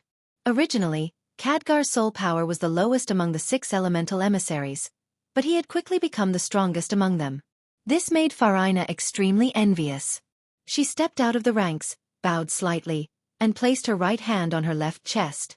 However, her fair arm was sandwiched between 2 Mount Hygel, which made her look more alluring. "My lord, what I did to Khadgar just now, can I try it on me as well? If the elemental emissary is powerful, won't you benefit even more, my lord?" Duque glanced at her. Of course he knew what she was thinking. Duque didn't get angry and said, Khadgar saw his own fate in a different timeline, but the things he experienced, the choices he made, the pressure he endured, and Khadgar's indomitable will were the key to his growth. Are you sure you want to see it too? I'm sure, Farina said with a look of great loyalty. Xueqi didn't waste any more time and directly connected with his mind. Then, how could the evil Black Witch be treated the same as the good young Khadgar? The miserable Farina saw many scenes, most of which were fabricated by Xueqi using the system ELF. In the past, in order to farm for equipment in the game, Xueqi had led his team to Naxxramas over and over again. Thus, Xueqi simply made a 3D image of Farina's memories in the game and showed it to Farina. Yes, Khadgar was indomitable, while Farina was beaten like a boss in the game, over and over again. How could it be the same? In the image of fate, the first half was mostly Farina's memories, but the end of every fate was death. It wasn't that she didn't try to resist, but no matter what method she used to improve herself, she was still defeated in the end. Thousands of reincarnations in the illusory world only lasted a few seconds in reality. Soon, Farina returned from the fate with a pale face. Yo, Farina, it seems that you still can't be indomitable. Xueqi comforted Farina hypocritically. Sob, sob, sob. As expected, submitting to my lord is my only chance to break free from my fate. My lord, you are my final salvation. If there weren't so many people watching, Farina would definitely cry and shout as she hugged Xueqi's thigh, begging for forgiveness. Yes, Farina's loyalty plus 10. After dealing with all the elemental emissaries, Xueqi finally heaved a sigh of relief. Sensing Khadgar's soul undulations, which were as powerful as a raging river, Xueqi secretly made an assessment. Breaking dawn. That's it. Only this Khadgar could truly help Xueqi. Xueqi returned to the throne of arcane energy, sat upright, and slightly raised his head. I hereby announce that in 3 days, I will officially break through to the demigod realm. All the preparations were completed. Before breaking through to the demigod realm, Xueqi contacted his lovers for the last time. He knew that Tyrande was currently planning to uproot the insect nests in Silithus. Clipping off Sea Thun's wings was something that could not be rushed. At the same time, it was to buy time for Xueqi. You must come back. I know you are very confident, but you must be careful and prioritize your own safety. I'll wait for you. The magic communication was filled with blessings, as well as a hint of sadness. Regardless of which lover it was, they all knew that this was Xueqi's path. Although no one knew where Xueqi's magical path would end, as long as Xueqi himself decided to stop, as Xueqi's lovers and most loyal supporters, they had no reason to hold him back. Don't worry. I will succeed. Xueqi's calm smile revealed his strong confidence. 3 days was not a long time, and it passed very quickly. The experts loyal to Xueqi had already entered Karazhan. On the first floor were the guardian knights of Duke Marcus's family, and then Edwin Van Cleef was in charge. In addition, the 2 maids Vanessa and Solarian were also in charge. Xueqi was at the highest floor of Karazhan, and he had begun to go all out. In an independent space the size of 2 football fields, the ground was covered with magic formations with complicated patterns. These magic formations used the most primitive magic runes of Azeroth, draconic runes. They had many functions such as defending against enemies, communicating with the elemental realm, and so on. All the preparations had been done to the limit that Xueqi could do. Outside the magic formation, the 6 elemental emissaries were ready. Xueqi abandoned all distracting thoughts and let out a long breath. Let's begin. Chapter 1301. Becoming a wizard was a step-by-step process of training. If Earth and Sky wizards were purely communicating with heaven and earth and grasped the power to influence the world, then Morning Star, Radiant Moon and Breaking Dawn would further introduce magic from the elemental world, refining their own power and producing something similar to a nuclear reactor, producing magic in a form that was almost perpetual. Once they advanced further, they would be able to communicate with the entire world with power that surpassed the mortal realm. Demigods were existences that had stepped into the realm of gods. After reading through a large number of ancient books, Xueqi knew that demigods in Azeroth were not simply demigods who had divinity and used it. With divinity, they could only be regarded as pure divine beings, just like the 6 elemental emissaries that Xueqi had modified. True demigods would forever be a part of Azeroth. Unless they were completely destroyed at their roots, demigods could theoretically be resurrected infinitely. For example, Cenarius' father, the strongest demigod, White Deer Malorn, had been dead for 10,000 years. Who knew that his corpse would come back to scare people? Oh no, to fight against evil. Xueqi stood in the middle of the magic formation with a hexagram as its shape. He calmed down and even paused the system elf's assistance, using the power of a wizard to feel the world. Silence. Silence. Complete and utter silence. He closed his eyes and turned off his vision, even using magic to prevent any light from entering his eyes through his eyelids. He used a small amount of magic to turn off his hearing, unable to hear anything from the outside world. 2 thin layers of arcane elemental isolation appeared in his nostrils, filtering out all smells. In the sea of consciousness, he isolated his tongue's sense of taste. Finally, his entire soul was pulled out of his body under the effect of the magic formation. It was a very mysterious feeling. His body was clearly below him, but he was floating in the air. Instead of looking back at his body like a curious baby, Xueqi let go of his spiritual touch. It extended out from the room. The next second, he felt all the sensations in Karazhan, the sound of the wind echoing in the corridor, the spiritual energy undulations of the patrolling Einherjar, the flow of air through the tiny cracks in the walls. In the next second, his spirit sense spread to the entire upwind trail, and he sensed the vitality hidden under the charred ground. In the third second, Xueqi's senses had spread to the entire planet Azeroth. Although the feedback was very vague and there were many uncertainties, Xueqi was very sure that he could already feel the world's breathing, pulse, the cycle of life, and the world's pain. The closest pain came from the southeast, where the cursed land was located. The door of darkness was like a wound left behind by a sharp weapon. Not only was it unable to heal, it was also like an abscess that caused the world to bleed in pain. In the far northwest was Mount Hyjal. The destruction of the Holy Mountain and the World Tree had undoubtedly left a deep scar on this land. The more recent pain came from the far west, and Xueqi instinctively sensed that it was Silithus. The ancient god Sea Thun was overdrawing the power of the earth to create its insect servants almost infinitely. However, after the pain, Azeroth's immune system seemed to have been stimulated, or it could be said that Azeroth, which had the consciousness of the cycle of life, finally produced the most intense stress response. That's right. Mother Earth was awakening, and in her unique way, she was protecting herself and every life on this planet. Xueqi could clearly feel that the shackles of the upper limit of life had been unlocked by Azeroth, and the upper limit of the world's power for the mortal guardians was also rising. Since the Door of Darkness, Xueqi had regarded himself as the guardian of the world, and he had earnestly fulfilled his obligations as a guardian. At the same time, Xueqi felt the favor of the goddess of fate, and after Sea Thun came out to cause trouble, he quickly obtained a few portions of divinity.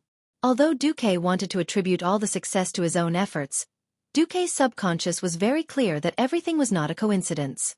Some people were born with divine strength. Some people were born with wisdom. And some people were often accompanied by luck. However, in the mortal world, fate was ever-changing. The fate of millions of people was like duckweed, surging with the waves, unable to control themselves. Even so, the ones who succeeded in the end were the combination of talent, hard work, and luck, and the true king who grew up after experiencing countless tribulations. So today, at the beginning of the opening of the world's authority, Xueqi wanted to be the first person to eat crabs. When his soul began to sing and began to call the whole world. Almost immediately, the world responded to Xueqi.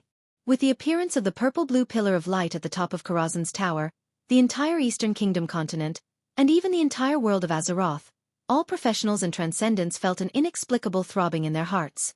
Every powerful existence, one by one, turned their heads and looked in the direction of Karazhan, following the direction of the throbbing in their hearts. The world in front of them seemed to have stopped at this moment. The wind was still, and the leaves were hanging quietly. The sand in the air maintained its tumbling posture. Even in the Silithus worm nest, the flying and spinning broken limbs stopped spinning in the air. The light of dawn penetrated the thick clouds and poured down on the earth without any scruples. The whole world was quiet and quiet. Everything in the world fell into silence, as if everything had completely calmed down, bowing its head and making way for the scene that was about to happen. In the center of the endless sea, the big whirlpool that used to be the Well of Eternity seemed to have changed for no reason. The center of the whirlpool, which was originally spinning clockwise, as if it wanted to suck all the seawater in the world into the other world, suddenly stopped. There was not a single ripple on the surface of the sea, like a mirror, reflecting the color of the sky. Unknowingly, Xueqi opened his eyes, and in his pupils, There was the same whirlpool-like arcane light as in the original Endless Sea. This time was very short, less than 1/10 of a second, and then his pupils became clear again. Even though it was very short, Khadgar was still sharp enough to capture this detail. Khadgar's clear voice was perfectly connected, and the resonance of the soul was immediately produced. In the name of the Wanderer of the Stars, the Seeker of Knowledge, and the Supreme Ruler of Arcane Magic, I declare to the world, my Lord Duke Marcus is the master of arcane magic. At this moment, all the mages in the world felt that the magic power in their bodies had begun to slightly deviate. The core of their magic power was leaving them in fear. Chapter 1302. The Lord of the Arcane. It meant that a brand new existence had declared its dominion over arcane power in the name of the world to all mages who used arcane spells in the world.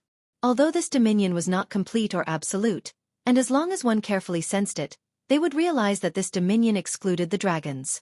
However, being controlled by others was never something that made Pharaoh happy. For example, if a true god who controlled a certain domain wanted to use magic in that domain, he had to use it in the name of that existence and follow its rules. The goddess of the moon Elune was an example. To use any magic related to the moon, the incantation had to be preceded by the words, in the name of the goddess of the moon Elune. Usually, one had to offer sacrifices to the goddess of Elune, such as overflowing magic or faith, and use the incantation at the critical moment. Only then would the goddess of the moon care about you. In a domain that was monopolized, it was unreasonable. If you lowered your head, there would be a deal. If you were unhappy, then you could only scram and not use this power. Of course, the one who made the declaration was only a demigod, and his dominion over that domain was not complete. At this time, one had to make a choice. If they were really unhappy, they could add something like, free arcane magic, in front of the incantation to announce that they were using unowned magic. However, if that demigod became a true god in the future, the person who used unowned magic back then would be recorded in a little black book. Then, when he became a god, he would come back to settle the score. Burning that part of your magic circuit was a small matter, but what was worse was that your children and grandchildren would be forbidden from using it. That would be a big problem. Moreover, the one who had announced to become the Lord of the Arcane was Duke Marcus. Countless mages' expressions changed drastically, especially Anastrian from Quel Salis, who was now the leader of the Forgotten Ones. He gripped his staff tightly with his bony claws that were so dry that there was not a trace of moisture in them. This feeling was like Duque had slapped him in the face. One slap on the left, one slap on the right. Then, it repeated endlessly. She was so close to slapping out a few of his white teeth. The only good thing was that Duque had only just begun to try to become a demigod. First, he might not succeed. Second, he was still miles away from becoming a true god. Unfortunately, he was still unhappy. It was clearly his own power, but in his own soul, in his own magic circuit, the wandering arcana energy was being extracted. The arcana energy that was branded with Duque name was forcefully descending. Its unstoppable power was taking over and changing everything. Not every wizard was named Anastrian, and not every wizard had crossed the threshold of Radiant Moon. From this moment onwards, all wizards below the Radiant Moon realm had to quickly recite the words in the name of Duke Marcus before using any arcane magic. Otherwise, they would have to wait for some great power to develop new arcana spells so that they could bypass Duque's arcana rule. Only then could they use arcana spells again. In the Dalajan, in the Sin-Dorii Kingdom, in the Eastern Kingdom, and in Kalimdor, every spellcaster subconsciously raised their heads to look at the sky. They discovered that the ever-changing arcane energy was constantly gathering and scattering in the sky, forming strange and blurry scenes. Mediocre people could only watch the show. Capable people looked at what Duque had shown them after swearing his oath as the Lord of Arcana. It was a brand new arcana secret. I, Khadgar, in the name of Duke Marcus Elemental Emissary, hereby declare that the subtleties of arcana should be known by the world and understood by the world. The power of arcana should be concentrated in the hands of the good, the explorers of magic, and the devout. My Lord wishes to accomplish all good deeds in the world. My Lord wishes to destroy all evil deeds in the world. Those who are willing to follow this will and this righteousness, please walk with my Lord. Khadgar's soul declaration was transmitted through the world will, and all the mages in the world were in an uproar. If Duque had just tyrannically declared his power, then this was a classic example of enticing and expressing his stance. These words had two meanings. The first was that there would be rewards for those who believed in him. These rewards were the metamagic abilities, arcane subtlety, and arcane concentration, that the mages themselves had to comprehend.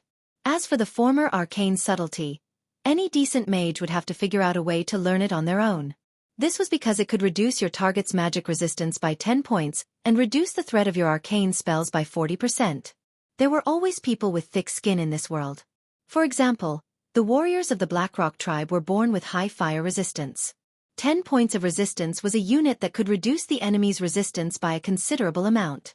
And the threat was to make the enemy more wary of you. For example, if you cut the enemy's arm after they had been anesthetized, they wouldn't feel any pain and wouldn't feel like you were hitting them. Arcane concentration was to further reduce the enemy's resistance to your arcana magic. These two metamagic abilities were very painful even for high-ranked mages. If they rejected Xueqi, it would mean that they would have to say goodbye to these two metamagic abilities forever. The second meaning was even more direct. Damn it, I'm on the side of justice and kindness. Those who are neutral are fine, but those who are evil can all get out of here. Almost as soon as these words came out, the entire Dalagen was in an uproar. Long live! Praise be to Duke Marcus. In any world, power was in the shape of a pyramid, and those with ultimate power were always in the minority. Most of them were ordinary people at the bottom. Xueqi's announcement meant that almost every decent mage, as long as they weren't evil cultists, would automatically have two metamagic abilities. For a large group of mages, this was a huge increase in power, or at least 20%. Almost at the same time that Khadgar made the announcement on behalf of Xueqi, more information regarding arcana magic was transmitted to the souls of the mages, such as the standard of using arcana magic, and that the starting point for exploring arcana magic was to be a Morning Star mage. Every spellcaster could feel Xueqi's strictness, as well as his demand for mastery of arcana magic. Xueqi, who was in the middle of the spell formation, did not say a word. He subconsciously lowered his head, and found that beneath his feet was no longer a spell formation, nor was it earth, nor was it mountains and rivers. Instead, it was a world of nothingness, with only arcana elements left. This world still had the outline of planet Azeroth. He could even transcend matter and space, and directly see the souls on the other side of the planet, on the Kalimdor continent. Souls of all colors. Although there were countless souls fleeing from this illusory world of arcana magic, some of them were spinning strangely, some were trembling, and some were even desperately trying to break away from this world of arcana magic. Xueqi sensed that they were things that had begun to decay. Calamity Army. The Forgotten. The corner of Xueqi's mouth lifted into a mysterious smile. Chapter 1303. The complicated prayers lasted for an hour. Xueqi was also a little helpless. There was nothing he could do about it. This was because the arcane technique was the core of a mage, and it was also the core of his breakthrough to the demigod realm. Simply crossing the threshold of a demigod wasn't that complicated. If he didn't want to improve, he could just say that he was the guardian of XXX. For example, the wild boar demigod Agamagan, who was killed by two third-rate void dukes. Although he was said to have transformed into the Razor Highland that protected the boars and the boar people after his death, Xueqi still felt that he was useless. Xueqi had ambitions and dreams. Otherwise, he would not step into the god domain and just go with the flow like a commoner. Since he wanted to destroy the Burning Legion and break through to the divine realm, then he had to aim for the position of true god. Therefore, from the very beginning, Xueqi had chosen a broader and more powerful domain as the core strength for his breakthrough into the demigod realm. Xueqi's announcement to the souls of the entire world made Jaina and Alucia very happy, because from this moment on, they could use other methods to quickly and accurately find out about their lover's condition. Of course, no one knew if those who offended Jaina would have their magic banned after she gave them pillow talk. Just when the Pharaoh of the world thought that Xueqi would be lucky enough to become an arcana god, the Pharaoh of the world, in Karazhan, the second elemental emissary stepped out. The manager, Major Domo Executus, was a fire demon. This was because the Pharaoh were currently experiencing the soul connection from the world. Whether they wanted to or not, they had to pay attention to it. If Khadgar, who was the first to run out, could be said to have won the hearts of most of the Pharaoh races, then Major Domo Executus, who had just run out, had truly shocked many Pharaoh races. Damn, a fire demon had come out. What the hell was this? After all, Not every pharaoh knew that Xueqi was so awesome that he accepted a fire demon as his underling. There was no doubt that Majordomo Executus affected the appearance of the city. He looked weak, but his strength was actually at the level of a boss. The special characteristics of the fire demon made it very difficult to defeat or even kill him with the support of the fire element. He raised his arms high, and the horn-like spikes on the outside of his arms and on his back made a cracking sound when he raised his hands.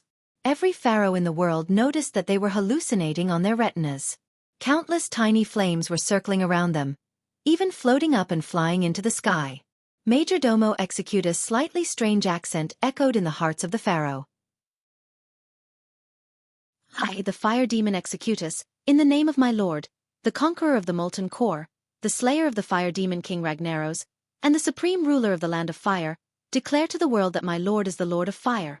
Almost as soon as Majordomo finished his soul declaration, the entire magic world, and even the entire fire elemental world experienced a magnitude 12 earthquake. Since ancient times, the four elemental realms had always been in the hands of the four elemental lords. Their dominance over the four elements could be traced back to the War of the Sovereigns 25,000 years ago. Before that, there were no written records of the world. Therefore, Xueqi's declaration that he was the Lord of Fire was no longer a slap in the face, but a complete declaration of war. As the saying went, cutting off one's path to wealth was like killing one's parents. By doing this, Xueqi had undoubtedly abused all of Ragnaros' ancestors. Although Lager probably had no ancestors to say. Anyway, Xueqi didn't care. Facing the extremely violent and furious Ragnaros, Xueqi had already destroyed one of his most important clones. According to the original history, in the future, in the land of fire in Lager's lair, the mortal heroes would definitely fight with Lager. Offending him once was offending him. Offending him n times was also offending him. Since he had offended Ragnaros to death, Xueqi wouldn't give Ragnaros any face and directly announced that he was the Lord of Fire. If Xueqi's declaration to all the pharaoh in the world that he was the Lord of Arcane Magic was slightly overbearing, then it was undeniably domineering now. Almost immediately, Ragnaros, who had been forced to sleep due to being injured again, was forced to wake up. After confirming the soul transmission again, Lager was extremely furious. Duke Marcus, you despicable person who colluded with a traitor to destroy my clones and my holy land. I won't spare you. Just you wait. I swear, I will burn you and this damn world to ashes. At this moment, almost every mage could feel the terrifying waves of anger coming from the fire elemental realm. However, the reaction of the pharaoh was, ha ha ha ha. Good. Well done. His Excellency Duke Marcus is mighty and domineering. Almost every mage cheered and jumped for joy. It was simple. Compared to the ownerless arcane elements, the more primitive fire element basically had a master, and its master was the elemental demigod Ragnaros. Of course, this guy wasn't a good person. He had always occupied the fire element and forbade anything other than fire elemental beings from using it. However, when he fought against the Titans in the War of Domination, he was viciously defeated. In the end, he was greatly injured and imprisoned in the elemental plane, losing his absolute control over the fire element. This was why mortal mages had the opportunity to use the fire element. Of course, in order to avoid Lager's lord, the mages had no choice but to choose spells that consumed more magic power. Xueqi had complained countless times in the past. Playing with fire spells really consumes a lot of magic power. Now that Xueqi was fighting Ragnaros for control over the fire element, no matter what the result was, at least he could vent his anger. Moreover, Xueqi was now making a big deal out of it. With a wave of his hand, he announced that as long as he succeeded in becoming a demigod, the magic power consumption of all fire spells would be reduced by 20%. This time, every mage was so excited that they cried out in joy. Ah! I can't! Lord Duke Marcus, please succeed in becoming a demigod. Please become the god of mages. All of the Dalajan, and even all of the pharaoh's compatriots in the magic world were in an uproar. With the ecstasy of the fire element and the elemental emissary of the ice element, the ice dragon Sapphiron appeared. The prayer changed. I am Sapphiron. In the name of my lord, Duke Marcus, I declare that my lord is the incarnation of frost, the transcender of absolute zero, the blizzard that freezes all evil. This time, it sounded very famous. Anyone with a discerning eye would know that Xueqi's demand for the frost domain was relatively low. It was just enough for him to use. Others were puzzled by this. Why was Xueqi so domineering towards other domains, but so uninterested in the frost domain? Jaina was the only one who burst into tears. Sparkling tears streamed down her exquisite face. She knew that it wasn't that Xueqi didn't have the courage to do it, but that the god of ice element was left for her to break through. Chapter 1304. Xueqi announced that his divine realm involved 3 elements. In the eyes of outsiders, Xueqi definitely wanted to become the god of mages. It was natural for the strongest archmage to want to break through the limits and become the god of mages. No one was surprised. Just like when Medivh borrowed the magic of the Tirisfal Parliament to break through to the demigod realm, he chose the space magic that he was best at. That was why Medivh was an interstellar wanderer. Before this, only mages were affected. Because it was a time of war, many pharaoh had priests around him. Regarding this grand occasion, the priests held an indifferent attitude and came to watch the show. At most, they carefully savored the special elemental aura around the mages. Soon they found something strange. The air was filled with the familiar holiness of the priests and holy knights. It was as if they were in the Holy Church of Stratholme, or the Lights Hope Chapel in the Eastern Plaguelands. The holy statues of the sages stood in the middle of it, gazing at everyone with eyes that seemed to transcend time and space. Wait! Don't tell me Lord Duke Marcus wants to dabble in the holy light too? They guessed right. The next person who appeared shocked all the priests and made them lose the ability to speak. This was because in their spiritual vision, they saw the former Archbishop of Holy Light, Alonso's Fail. Holy Light above, Lord Fail has been resurrected? No. Look at his body, it's translucent. Is that a Holy Spirit? It should be. In the elemental domain, most priests were amusing idiots with little knowledge.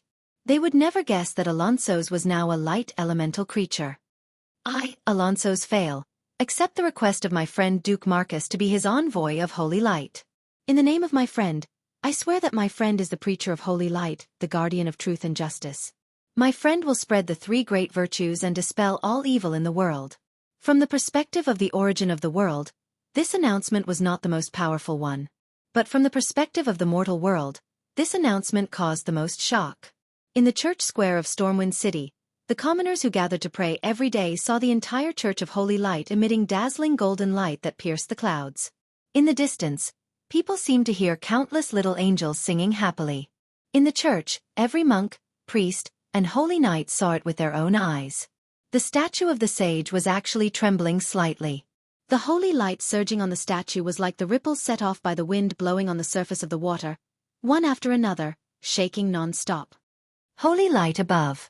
Praise you. Duke Marcus, sure enough, your name will become sacred. Duke Marcus, your name will indeed become holy. If Dukla's appearance of Alonso's Fail could be said to be shocking, then the appearance of Dark Witch Farina would cause the warlocks to be burnt to a crisp. Although Farina had tried her best to wear a dignified gown, she had played the honey trap for so long. Her coquettish charm had already seeped into every corner of her soul. Therefore, her every move seemed so charming. Even her declaration seemed to be an invitation. I am Farina, the Black Witch. I have answered the call of my lord, and I hereby announce to the world that my lord is the Blade of Darkness. He does not use the power of darkness, but does things of light. After Farina, it was Thaddeus' turn to make a similar announcement. However, after the initial shock, his existence seemed to be dispensable. Only the druids and shamans, who were closest to nature and used the power of wind and lightning, heard Thaddeus' announcement. They were extremely embarrassed. Damn it, you're a mage, yet you've already dabbled in the power of wind and lightning. Then what are we, the true envoys of nature, supposed to do? What was interesting was that Sal had heard it too.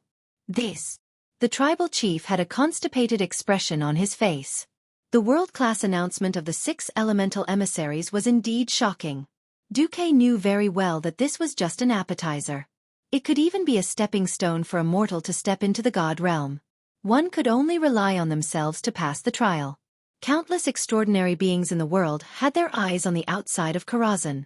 Even though Karazhan's perfect protection blocked these gazes from directly peeping inside, Xueqi could still clearly feel all this.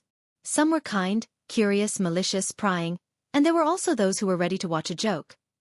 Although Xueqi used arcane, fire, and ice as his foundation, and the other 3 as supplements, It seemed clear at first glance that he had a wide range of powers and a promising future. Only the extraordinary knew that the difficulty for Xueqi to step into the god realm was already dozens of times higher than that of ordinary weak demigods.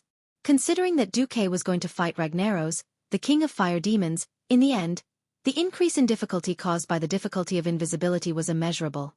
What the outside world thought and did was the outside world's business. Even though outside the magic array, his 6 elemental emissaries were constantly chanting prayers, Xueqi was completely unaware of it. He calmed down, completely calming down. At the same time, he slowly opened the system genie. With the help of the system, he adjusted every cell in his body, striving to make the compatibility between his body and soul infinitely close to 100%. The magic hidden in his blood began to flow with the pulse of his heart, pouring into every corner of his body.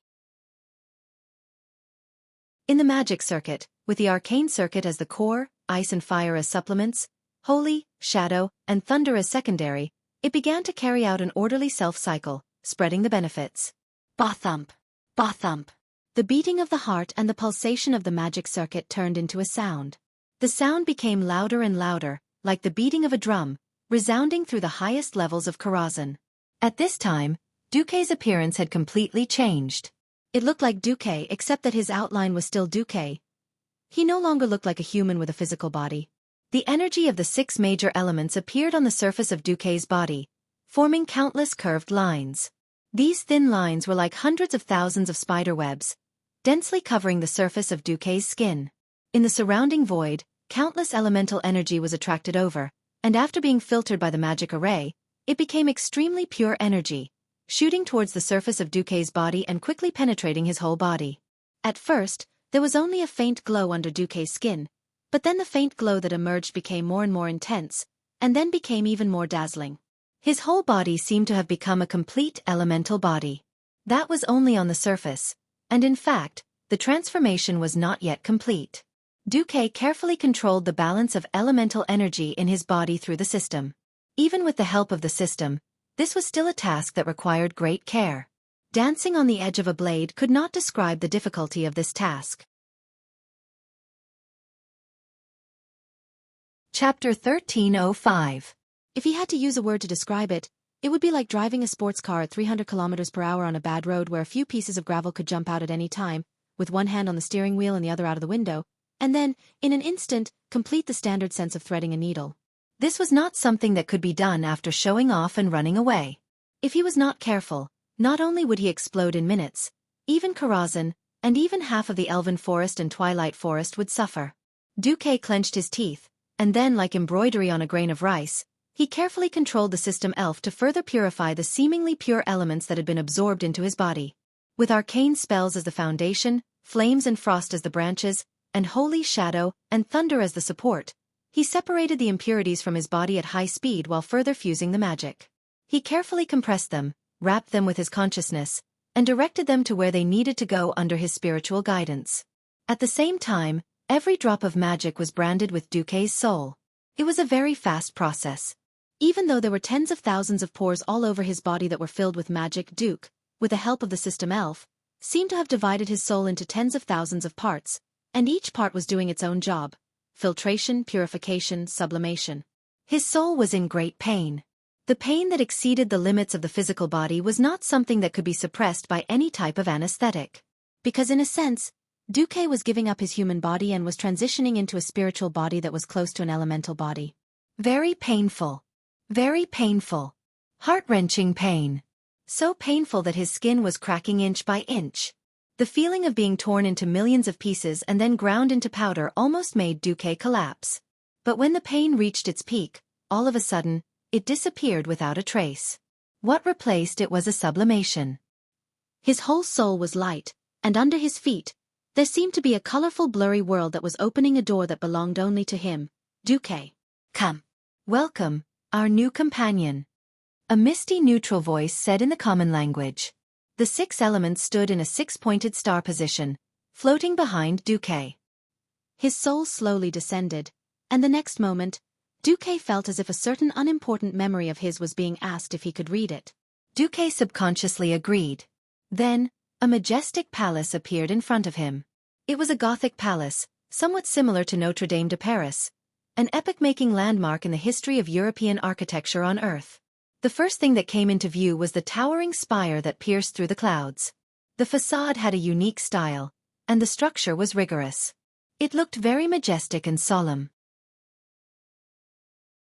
It is divided longitudinally by pilasters into 3 blocks, and horizontally by 3 bands of ornamentation, of which, at the bottom, there are 3 recessed doorways.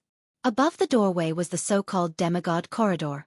On it were statues representing the forest god Cinereus, the white deer god Malorn, and many others.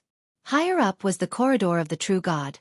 There were clearly 6 statues, but the only ones that Xueqi could distinguish were the moon goddess Elune and sea, Thun. The rest were all blurry. The huge and luxurious door opened with a loud bang. Xueqi strode in. The scene in front of him made Xueqi a little stunned. The inside was more like a semicircular theater, and the position at the front was obviously for the true god. As a newly ascended demigod, Xueqi could only be at the outermost circle. Xueqi didn't mind. Following the guidance of his soul, he found an empty position. He wasn't surprised that such a large temple was empty, because he saw a huge illusory existence next to his position. It was an existence that seemed both real and fake, as if it was pretending to sleep, but it also seemed like it was really sleeping. Even in this life, Xueqi didn't directly come into contact with it, but he could still recognize it from its green appearance. It was the demigod Cinereus, who should have been killed by Grandpa Roar. Xueqi frowned slightly. He walked around the huge Cinereus, and when he came to his position, an elemental throne with 6 colors rose naturally and lifted Xueqi's body onto the throne. At the same time, Xueqi saw his name in a daze. It was like a pen sticker used by primary school students. It was an empty name with only a hook and no meaning. It floated not far from Xueqi's chest. Xueqi pointed his finger, and the 6 elements automatically condensed on his finger according to the proportion. Xueqi used his finger as a pen and wrote his name in a flamboyant manner. The illusory frame absorbed Xueqi's name like soil absorbing rainwater. In his spiritual vision, Xueqi could feel the magic power in his body disappearing at the speed of a river. At the same time, with the magic power stirring, it seemed to have become a chaotic mass with 6 colors in his spiritual sea. It was very unclear. Gradually, slowly, Xueqi could tell that it was the divinity he had absorbed into his body. Under the washing of the high-purity magic power, the 6 types of divinity merged into one and bloomed with the light of life. The chaos was constantly washed away, and the divinity in his perception became clearer. The mark of the previous owner in the divinity separated at this time and attached a new soul name. Blue arcane magic, red flames, white frost, golden holiness, black shadows, purple thunder. The 6 colors blended and quickly formed a rainbow. Following the movements of Xueqi's hands, it was shaped and fixed in Xueqi's soul. This was Xueqi engraving his name in the core of the world. It was also Xueqi shaping his demigod soul, a super strong soul that was far superior to ordinary souls. Xueqi's magic power and soul power continued to be consumed at a high speed at this time. If it was an ordinary demigod who did not have enough accumulation, they might run out of power and then be destroyed on the way to becoming a demigod. But Xueqi was not an ordinary demigod. Since he had chosen a more complex divinity structure, he also had a wider source of divine power. He could even clearly feel that on the 2 continents of the Eastern Kingdom and Kalimdor, countless mages, priests, druids, and shamans were supporting him faintly, using their overflowing magic to quietly replenish Xueqi's consumption. Similarly, in the fire elemental world and the water elemental world, there was also a good amount of magic replenishment. Of course, as the core arcane magic, Xueqi could only rely on Karazhan's reserves. That was the overflowing energy from the void and other spaces that Karazhan had accumulated for countless years. Suddenly, Xueqi saw a vague figure. Although it was vague, he still recognized who it was at a glance. Medivh.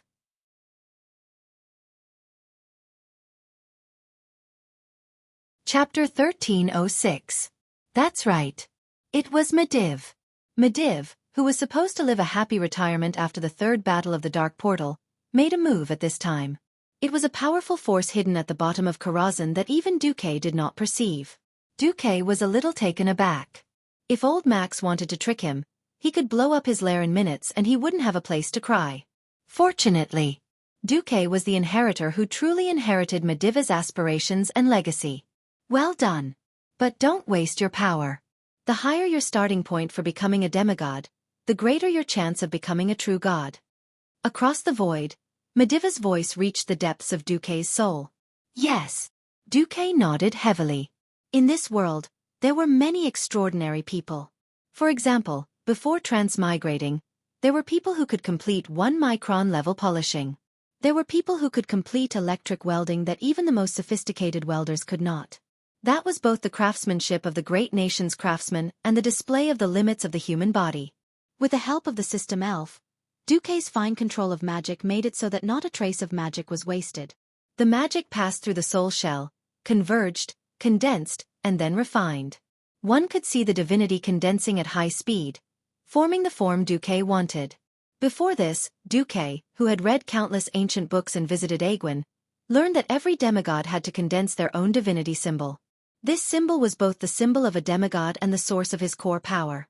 The animal-type demigod was very simple. Its symbol was himself, and at most it could strengthen a certain part. For example, the god of boars strengthened his pair of fangs. But Xueqi was working towards the position of the god of mages, and it would be a bit of a waste to have a human form that looked exactly like himself. The divinity symbol could be used to do more things. After thinking hard for a long time, Xueqi made his decision. At this moment, Xueqi did not hesitate. The divinity symbol began to appear. First it was a line, then countless parallel lines, and then branches intersected with each other, forming nodes, turning into a huge web. At first glance, Xueqi looked like a spider weaving a web. However, that was not the case. Because if someone were to observe carefully, they would discover that there was something like a broadcast tower at each node, sending out magical fluctuations. What Xueqi did was to cover the entire planet Azeroth with his net. With Xueqi's current strength, it was actually quite strenuous. Therefore, Xueqi avoided the important and focused on the trivial. He established the thickest network and the most powerful signal devices in every alliance or horde main city in the Eastern Kingdom and Kalimdor continent. That's right. What Xueqi was going to do was to build a magic internet, and every node would be a super large router that would spread his network wirelessly like a Wi-Fi signal. The weave is a good thing. More brainless operation, faster speed, and less mana consumption. The price he paid was just the free magic power that Pharaoh gave him when he wasn't using magic. Do you want to get on the weave? Sure. Please enter your Wi-Fi password. Great Xueqi spell. Xueqi Big Magic Stick. Demigod Xueqi Great Magic Stick. It seemed that Xueqi was definitely a saint. Since ancient times, there had never been someone with such a conscience. In fact, Xueqi was very unscrupulous. This was like a bank helping customers save money and giving them a current interest of 1%. Then, if anyone wanted a loan, 8% would be the minimum. This was not Xueqi being unscrupulous. His honest and reliable little husband had explained it. Ordinary borrowing of magic power was not a problem. He could use the magic power that he saved daily. What if he needed to overdraw? The interest was higher, and it was daily interest. The consequences of not paying back money owed to the bank were very serious. In a society governed by law, the most they could do was to blacklist you and forbid you from spending too much. Xueqi. Even if he died, he would have to pay the debt. If he really died, even his soul would have to work for Xueqi. Cough cough. At this moment, not a single pharaoh had realized how kind Xueqi's unscrupulous work was. When Xueqi spread the magic network across the 2 continents, Xueqi finally stepped onto the ladder of demigods. Xueqi's soul returned to his brand new body and slowly opened his eyes. The awakened Xueqi's black eyes shone with the light of new life. In the name of Duke Marcus, I announce the establishment of the magic network. The voice was not loud, but it reverberated throughout the entire magic world like thunder. The ones who heard it the most were naturally the mages, followed by the priests, and finally the warlocks, shamans, druids, and holy knights. The entire fire and water elemental world, along with the arcane energy that reverberated in the starry sky outside the Azeroth atmosphere, injected magic power into the magic network that covered the 2 continents. The trembling of the elemental sea had turned into a roar at this moment. This low and novel sound resonated thousands of times, as if it was tempting every spellcaster to try it. The first pharaoh to try the crab appeared. In the Dalajan shooting range, a Morning Star wizard shouted, "I once trained under Lord Marcus. Though he never took me in as a direct disciple, He definitely wouldn't cheat me. With that, he raised his magic staff and chanted an incantation. To be honest, those who hung out often knew each other's capabilities. The onlookers were astonished to see that the power of this fellow's pyroblast had increased by more than 30%. Originally, it could only hit a magic target halfway, but now it was sent flying. Wow! That's amazing! New things were often more difficult to implement. Xueqi had originally considered this point, which was why he had given such a huge discount. Who knew that while ideals were beautiful, reality was cruel? It was not that no one used it, nor was it that no one was willing to pay. It was just that too many people used it, and the mana in the magic network could not keep up. Damn! Xueqi cursed, hurriedly drawing in more mana from the two major elemental realms. The water elemental realm was still fine. The great water elemental lord, Neptulin, had died in the War of Domination and had yet to be revived. However, the boss of the fire elemental realm, Ragnaros, was still here. Even though he had been in a state of deep sleep to recover, he had long since been woken up by Xueqi. Faced with Xueqi, who had announced that he would raid his home and still had the audacity to ask for mana from his lair, Ragnaros immediately shouted in the fire elemental language. There was no need to translate those vulgar words that would lead children astray. In any case, the general gist of it was, Uncle can bear it, Aunt can't bear it. You Xueqi whatever. The fire elemental mana was stuck, and Xueqi almost died on the spot. As a demigod, he did not have the ability to absorb mana from the fire elemental realm. Seeing that the fire elemental mana in the weave was about to be exhausted, the unscrupulous merchant Xueqi made up his mind and used his ultimate move. The final explanation belongs to the master of the weave, the demigod Duke Marcus.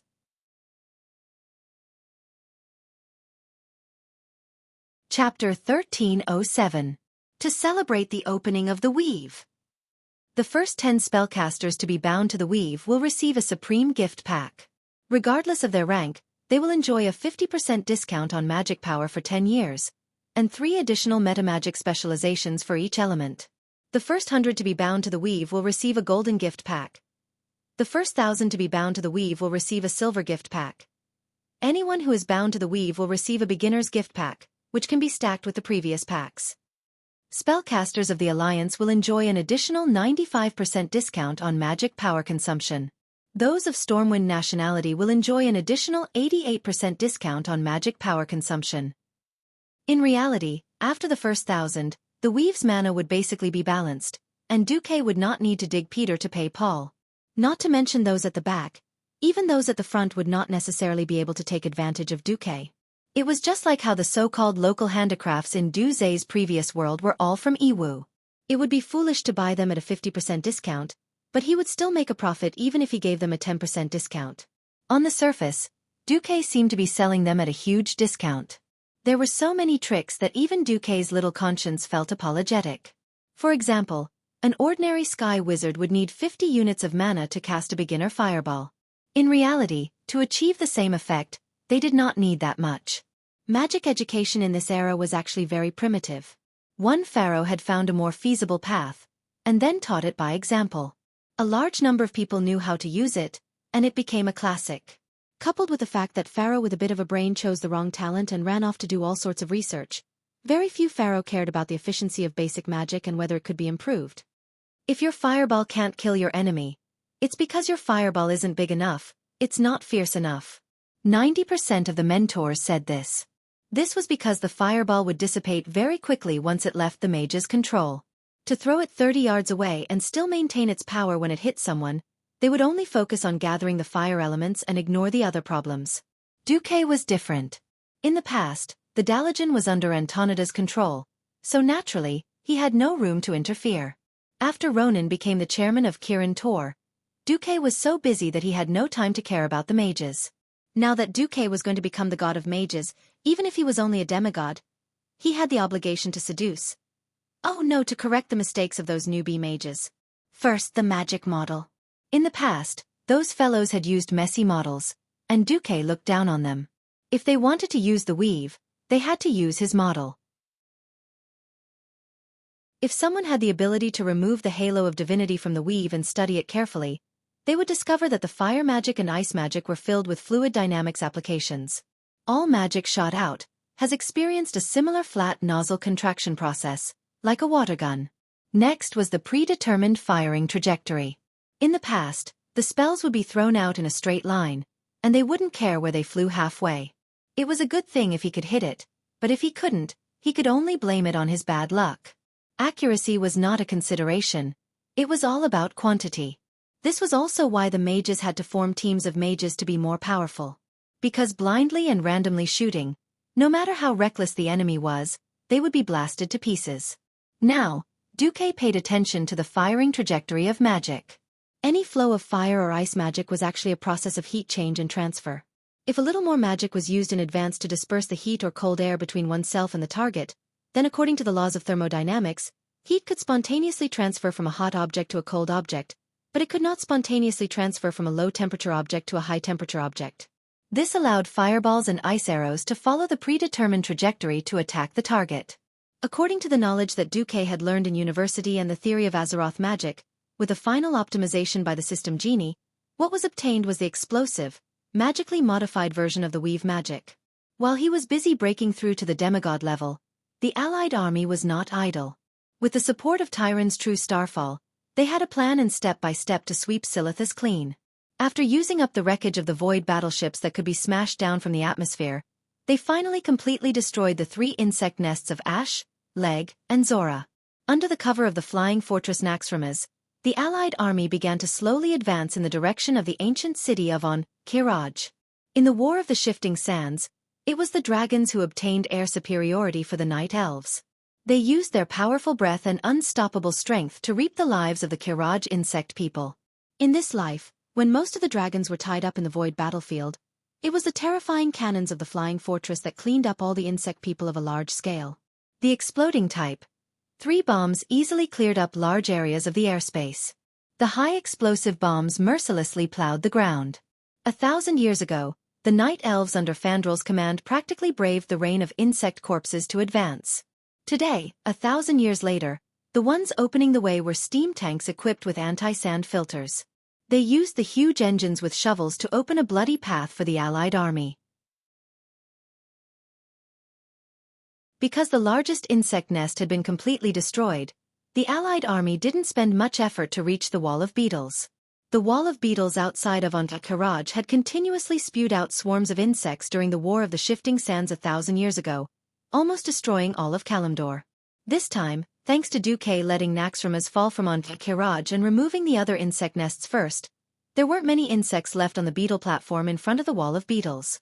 But everyone knew that in time, when the ancient god of Kiraj, Thun, regained his breath, the swarm of insects would once again rush out at an extremely high density and speed. At that time, any formation, any defense would be completely destroyed.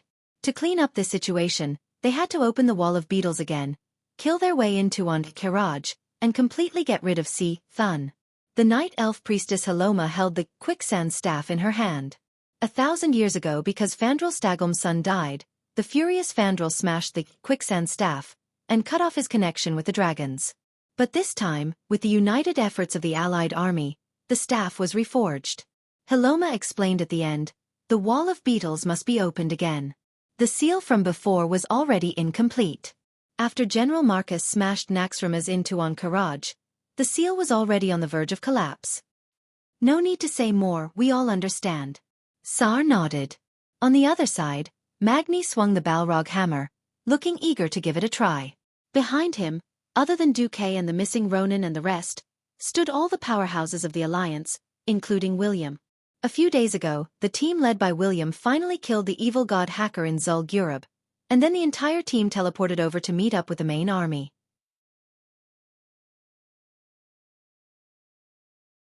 Chapter 1308. Clang. The quicksand staff struck a huge gong, and with the deafening sound of the gong, the 10-story wall of beetles suddenly opened the largest door.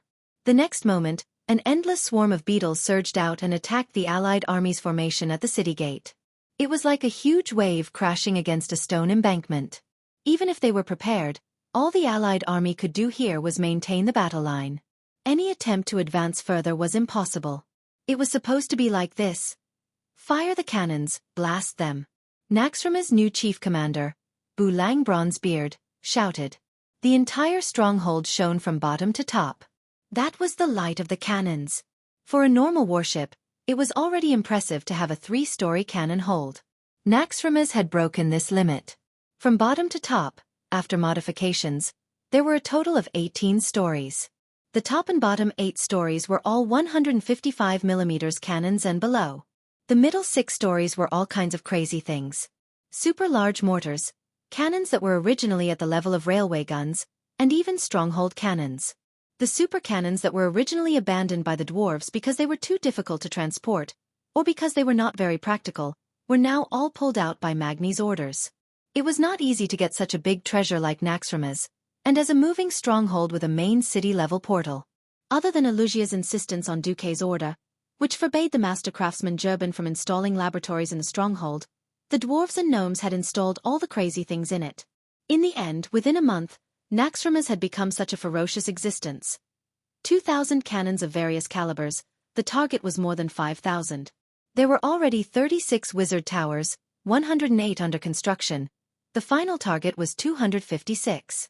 Among them, there were 36 wizard towers for radiant moon mages to oversee, and 3 for breaking dawn mages.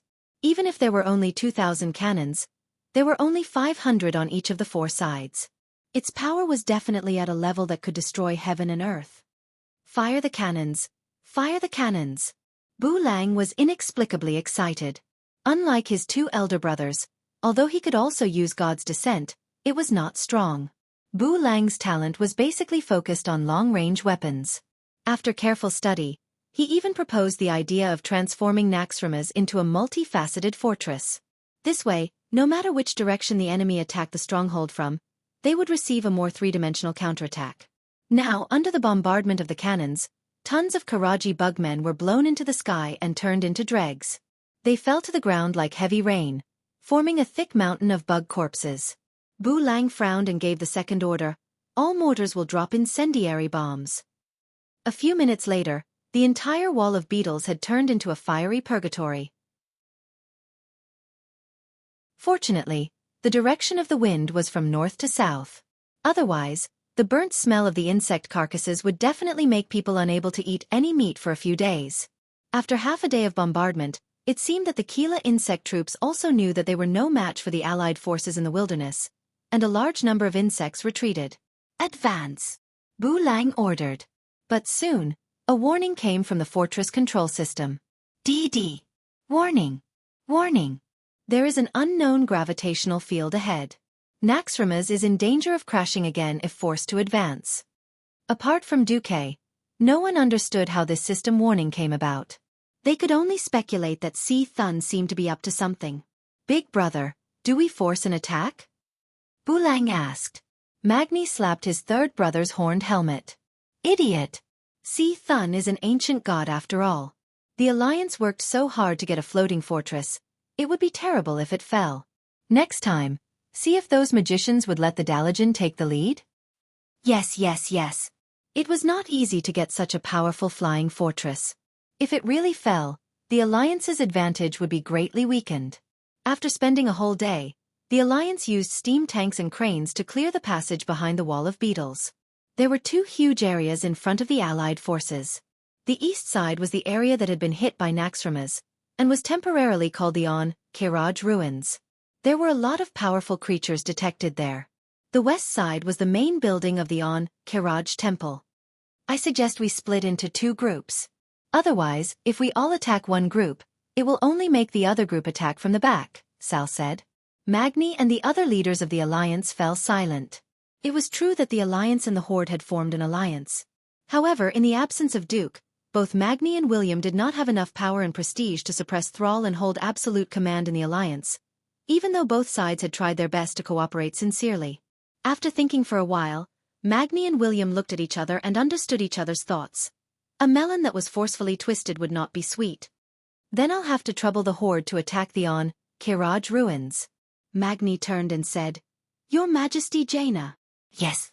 Jaina responded, then walked in front of Sal and handed him a 30-page document.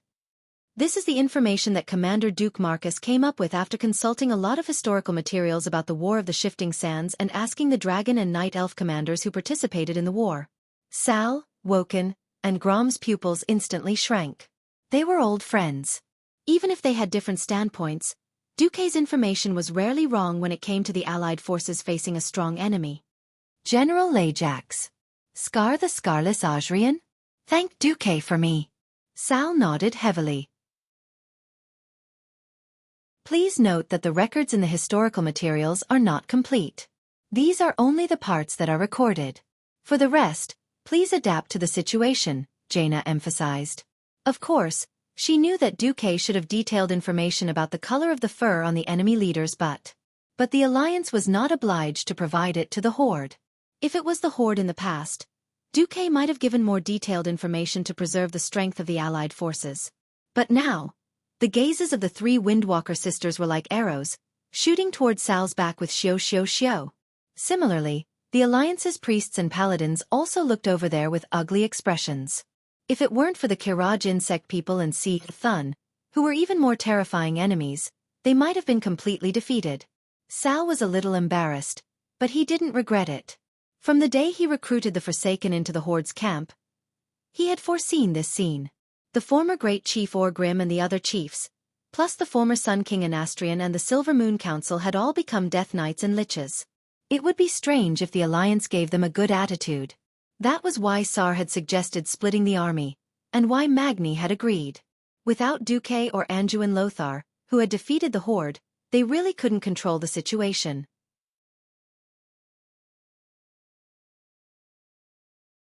Chapter 1309. The Alliance and the Horde split up. Thrall wasn't careless. Other than pulling the Horde's main force, he also borrowed half a division of steam tanks. Thrall simply asked for cover fire. The Alliance didn't dare to let Naxxramas go up, but it was still possible to get a tank division and 2 flying battleships.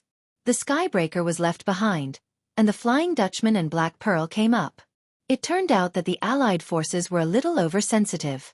They seemed to have realized that areas outside the protection of Sea Thun's divine power were no match for the Alliance's artillery. The Kiraj Bugmen had no intention of fighting the Alliance outside. The Alliance drove all the way to the main hall of the Kiraj Temple. The moment they stepped through the door, countless Alliance soldiers felt dizzy and vomited. This is Sea Thun's evil aura? Tyrant didn't look too good either. She felt that the power of the moon goddess Elune was being rejected. It wasn't that it couldn't be used at all, but if they wanted to use it, they would have to pay a higher price. Everyone below the level of a hero, leave. William waved his hand and ordered decisively. There weren't many mortals who entered. With the help of the stronger ones, they barely managed to complete the evacuation. This isn't good. If only the hero squad can enter. It'll be troublesome if we get surrounded. Magni took off his helmet, scratched his head, and put it back on. Jaina was the most careful. She pointed at the stairs. Look carefully. There aren't many traces of insects stepping on the stairs. If I'm not wrong, those with insufficient status aren't allowed to enter the main hall. If a large number of insects' sharp legs had pierced through the stairs countless times, no matter how hard it was, it would be full of holes. It seemed that humans were divided into different levels, and so were insects. Along the way, it wasn't just ordinary insects that attacked them, but powerful monsters. The 10-story tall monster, the Anubisath Defender, looked like a typical Egyptian dog-headed giant. Not only did it leave a deep impression with its heavy punches, it would also self-destruct after dying. If not for Duque's strategy, people would have died in minutes. The Obsidian Cleanser, which looked a little like a sphinx and had a purplish-black body, could release disgusting energy shockwaves and mindlessly blow people up.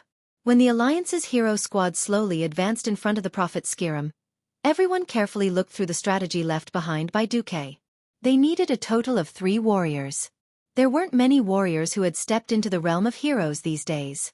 When Anduin Lothar was still around, all he could see were warriors. Ever since there were paladins who could fight, tank, and heal, most of the Alliance's melee classes went to become paladins. Back then, the 5 Silver Saints were all warriors. When asked if Gavin Rad and the others could turn back, he said that he was used to it and that it was not good to turn back. He had no choice but to let Bu Lang Bronzebeard run back to make a cameo. Bu Lang put down his beloved shotgun, picked up his axe and shield, and used charge. He looked pretty decent.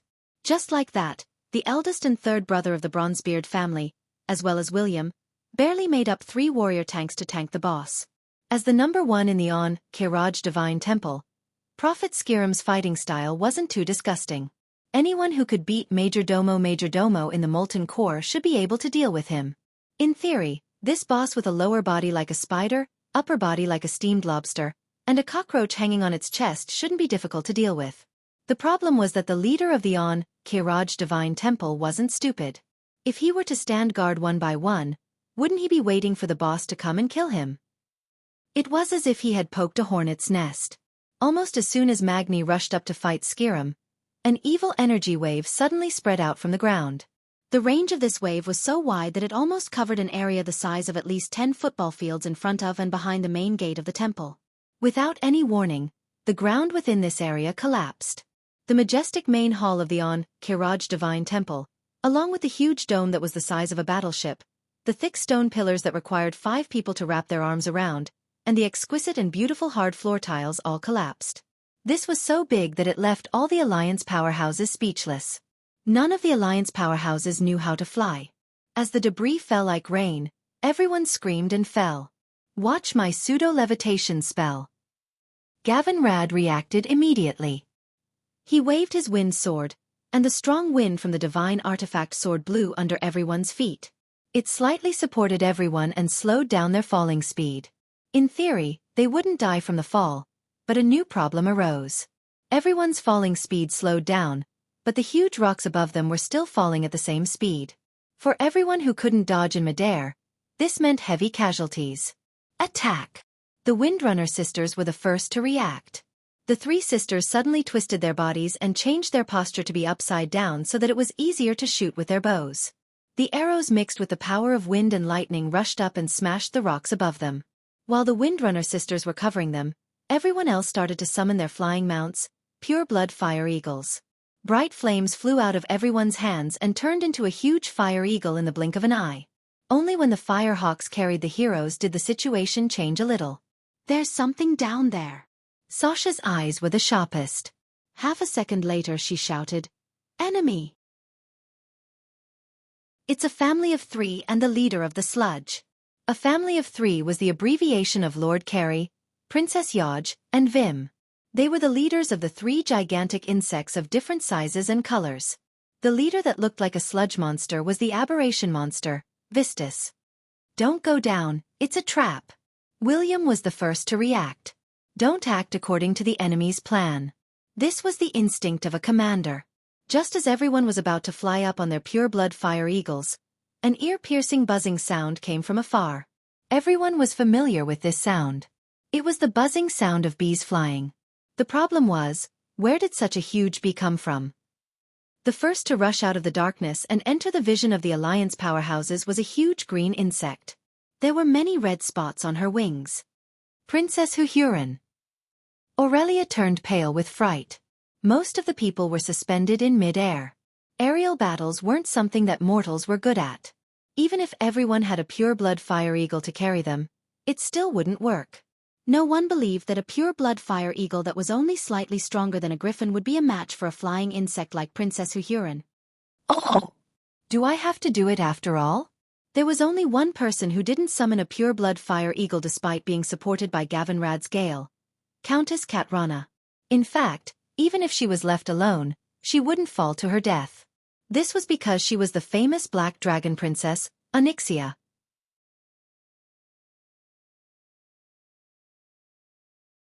Chapter 13:10. Onyxia let out a long howl, and a pair of black wings grew out of her bare back. Her 4 limbs turned into sharp claws in the blink of an eye, and her smooth and tender skin was instantly covered with dense and solid scales. Her reddish-black robe instantly turned into rags, revealing her colossal dragon body. A meteor hammer-like tail also grew out of her buttocks. In just a breath's time, she had already completely taken on the form of a colossal dragon. Under the surprised gazes of the Alliance heroes, this colossal black dragon was rapidly growing in size and fearlessly charging forward. "Well done!" Varian exclaimed happily. Originally, William did not have a good impression of Onyxia. The evil black dragon who had caused him so much trouble last year, caused him to split into 2, and even almost gave up the right to rule Stormwind City. If the person who claimed to have subdued her wasn't Duke Marcus, whom he respected, he would have immediately turned hostile and forced the other party to execute this black dragon. Evil must be eradicated. His ghost wolf personality drove him to do so. But now everyone, including William, was extremely glad that the Alliance had Onyxia, a powerful colossal dragon who didn't belong to the Dragon's Slumber Shrine, to help them. Without her, the Alliance heroes would probably be beaten up. Let's fly up. We can't let Magni be up there alone, William shouted. Under his command, the powerhouses all controlled the fire eagles to dodge the falling rocks and fly up. Woo! At this moment, another existence rushed out of the darkness at high speed. From afar, it looked like a little elf soaring among the flowers. She had the appearance of a human and 2 pairs of transparent cicada wings. She was covered with a white veil and wore a low-cut evening gown that bound her breasts. Didn't she look very beautiful? Apart from the 2 horn-like giant bugs on her shoulders, the green claws that were curled up, and the pair of feet, claws, that only had 3 fingers. If that was the case, she was indeed a beauty. The problem was that everyone in the Alliance knew that she was the leader of Kiraj Sartura. She used a brainless whirlwind slash right from the start. The formless wind blades easily covered the entire upper floor. She did not participate in the battle between Black Dragon and Princess Huhuran at all. She even took the initiative to avoid the battle.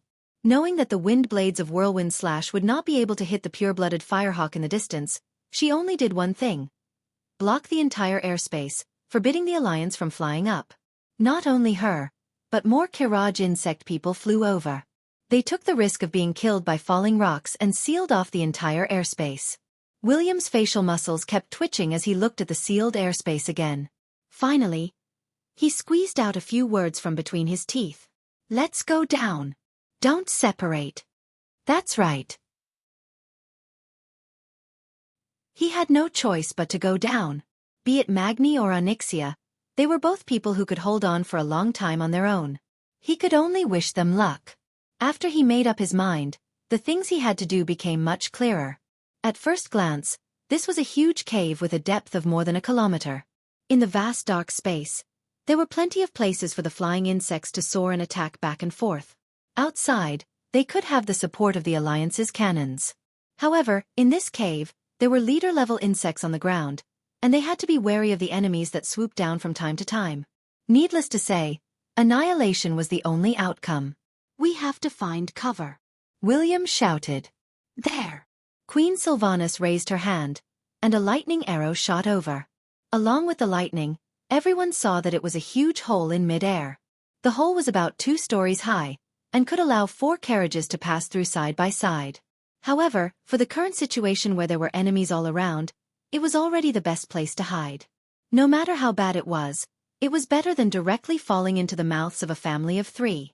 It was at this moment that Sartura swooped down. As she swept past, she activated a powerful whirlwind slash. The violent wind blades easily scattered the Alliance's flying formation. Brawl Bearhide's Firehawk couldn't dodge in time, and was killed by the whirlwind slash on the spot. If he hadn't instantly transformed into a giant bear with thick skin and flesh, he would probably have died as well. Grab my hand. As the other main force of King Wa's Iron Triangle, Veil Era barely managed to save Brawl. No! We have to do something. William shouted. Duque, help! Jaina couldn't help but shout in the weave. If possible, Duque wanted to spend more time perfecting his weave. He had never thought that his weave would have to undergo a test so soon.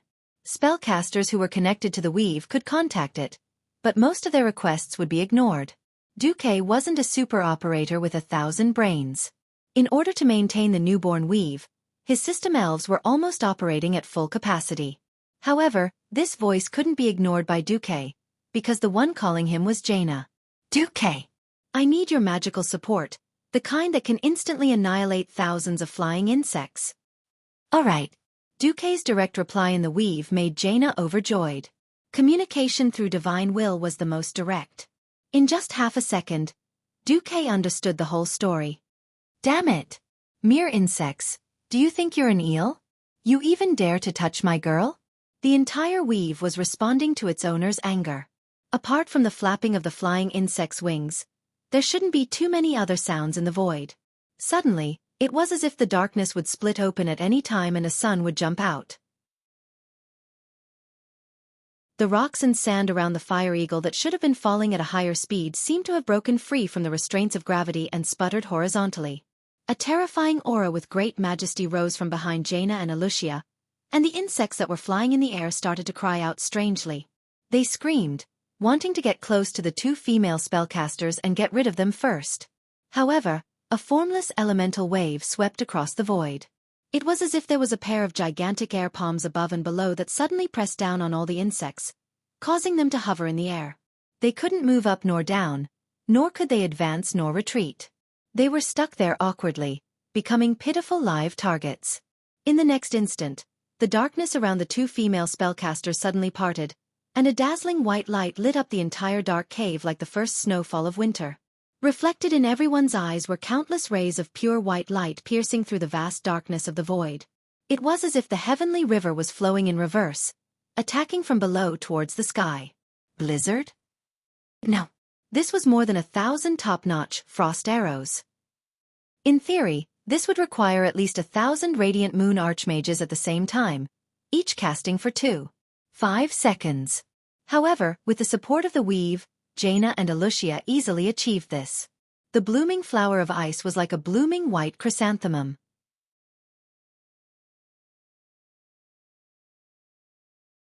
Chapter 13:11. In mid-air, apart from Sartura and Princess Xueqi, who was fighting fiercely at a higher altitude, every single Kiraj flying insect was completely torn into pieces after a sharp wind-breaking sound. Their long shins, sharp claws, and sharp mouthparts were all broken and scattered in the air. In less than half a second, they would turn into ice and fall to the ground along with the mud falling from the sky. In an instant, it was as if the entire world had become quiet. Not to mention Sartura, even Princess Xueqi and her family of 3 were shocked. Inside the Karazhan, Duke spat on the ground. Tisk! The magic net was built with the main cities of the Alliance and Horde as the core nodes. In the Kiraj temple, Seath Thun had used some mysterious power to resist the magic net's coverage. The wave of Jaina's power just now was also the last wave. Right before the magic net was forcefully cut off, Duque sent a message to Jaina. Hold on, I have to save Magni first. In reality, before the magic net was completed, Duque's advancement had already been completed. He had wanted to spend more time to build a better foundation. Unfortunately, the Allied forces would not stop advancing to wait for him. Previously, Tyrant had purposely slowed down the progress at the cost of human lives. Sometimes it was like this. When the situation was pressing, only those who could grow faster under the pressure would be able to carve out a bloody path in the face of adversity. Khadgar. I'll go to Kiraj. I'll leave the magic net to you for now, Duque instructed. Master, the problem is that there are more and more requests to connect. Khadgar frowned. Then inform the spellcasters who have used the magic net many times. Now that the magic net is newly built, overuse may cause a heavy burden on the spellcaster's mind and soul. Limit the number of times they can use the magic net in the first month, Duque said grandly. Khadgar bared his teeth. Although adding a usage limit was definitely a considerate measure for new spellcasters, how many people could see through the dilemma of not having enough mana in the magic net? Furthermore, if Duque were to go personally, it would probably be a huge mana overdraft. Alright. If the boss moved his lips, the lackeys would naturally have to run their legs. Khadgar and the other elemental emissaries looked at each other and saw the bitter smiles in each other's eyes. You don't need to say anything. Just get to work. Duque waved a tish, and a purplish-blue long and narrow teleportation door appeared in front of him. The meticulous Khadgar noticed that this portal was narrower than usual, giving off a sharper feeling. His eyes were not playing tricks on him. This was a portal used to break through space. The Kiraj Divine Temple was Seath Thun's territory. As an ancient god, of course, he wouldn't let his enemies come and go as they pleased. You want to open a portal to enter? No way. It was supposed to be like this. However, the space attribute of the drumstick wasn't just for show. With the unpleasant cawing of the 3 ghost crows, Duque's spirit began to cross the void and came to the outside of the temple of Kiraj. Heh! What a small flaw. Originally, the Kiraj Divine Temple was a solid piece of land. No one would be able to open a portal to enter. Ever since the honest and reliable Duque forcefully smashed Naxxrama's inn and turned the large area of the Divine Temple into the ruins of Audiobook, a flaw had appeared in Xueqi Thun's spatial defense. Even though Xueqi Thun had patched up the flaw later on, it could still be considered a flaw. This was a flaw that even a normal Breaking Dawn archmage couldn't exploit, but Duque had immediately grasped it. Duque stretched out his right hand. At the same time, outside the spatial defense layer thousands of miles away, an identical but larger arcane energy palm appeared and tore open the hole in the spatial defense layer with one hand. Without giving Xueqi Thun any time to react, Duque's main body directly stepped into the portal and teleported over at high speed. On the other side, the bitter Magni was being abused. The area that he was in had already collapsed, but the problem was that before he fell, Prophet Skirim had used its two claws hidden under its rose-red sleeves to grab him and teleported him deeper into the Divine Temple. Initially, the battle was still going well. Relying on the advantage of the Balrog's hammer, Magni relied on the god's descent state and used his enlarged body to solo Prophet Skirim. Needless to say, when Magni really took out a quarter of this lobster-shaped monster boss HP, a nightmare came.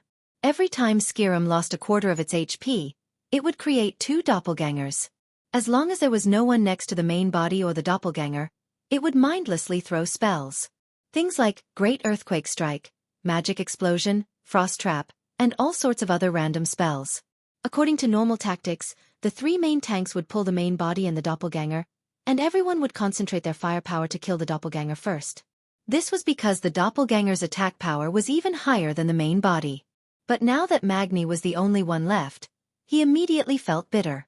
The boss had doppelgangers, and they were running all over the street. He had wanted to catch one and kill it first, but in the end, it could teleport and not to a fixed location. If it caught up, it would teleport away, and Magni was fooled. There were a few times when Magni wanted to leave and find a hole, or even dig a hole himself and fall in. But he found that the ground was extremely solid, and he was at least 1,000 meters away from the main door of the temple.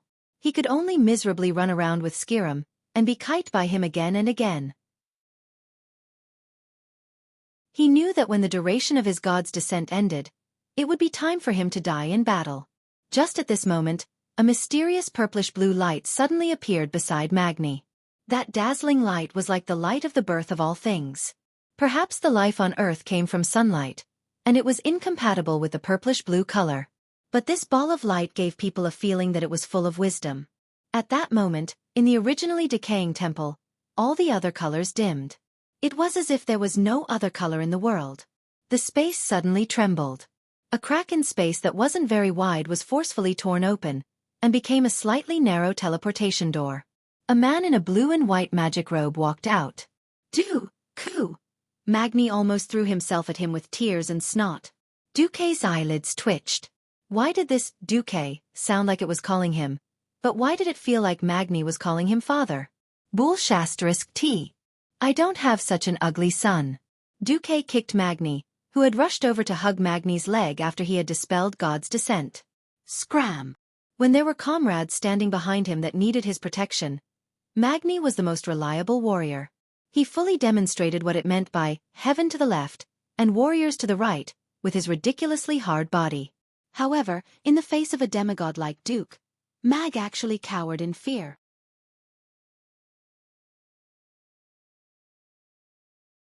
Chapter 13:12. Terrified. Yes. He was AF** King coward. Perhaps he was trying to conserve his energy, or perhaps he felt that he had to leave a useful body for the next battle. This burly dwarf took out a tower shield from his storage bag and carried it on his back. He changed his axe to a shield in his left hand and a hammer in his right. From afar, he looked like a tortoise if he didn't have the Balrog hammer. Duque rolled his eyes and decided not to bother with this guy anymore. He spread out his spirit sense and sensed that although Jaina and the others were in a sorry state, they were fine. Duque exhaled a breath of turbid air. Phew, all right. Although I don't know who taught you to divide and annihilate, but since you're so good at it, I can't hold back. Let's deal with you quickly and meet up with the others. Suddenly Skirim replied to Duque, Long live Xueqi Thun. Duque? Huh? This guy could talk? He didn't have much of an impression after fighting so many times. After all, this guy wasn't strong and hadn't been wiped out many times. But, your boss Xueqi Thun is already more than 10,000 years old. Are you sure you want to wish him long live? Xueqi laughed shamelessly and made his move. Prophet Skirim was faster than Xueqi. He instinctively sensed that the elemental state around Xueqi wasn't right, so he didn't choose to use Magic Burst. Instead, he let his main body and doppelganger release Great Earthquake Strike at the same time. Xueqi frowned. Skirim had obviously held back just now. When that shocking force of nature hit him, he instinctively realized that if he was in his normal state, he would definitely be sent flying by this force. No, being sent flying was already a good thing. The worst thing was to be hit by 3 great earthquake strikes at the same time. That scene would probably be like a pile driver. He would become a pillar and be driven deep into the ground. Mag was about to remind Xueqi to be careful. However, he saw that Xueqi did not make any extra movements. He just pressed one hand into the void, and suddenly, a faint sound of wind whistling and thunder rumbling rang out. He didn't make any big movements. It was as if he was flipping a page in a book. It was very natural. In that instant, it was as if Xueqi's hand had grasped the power of the entire world. It was as if the entire cycle of life and death was within his grasp. Bang!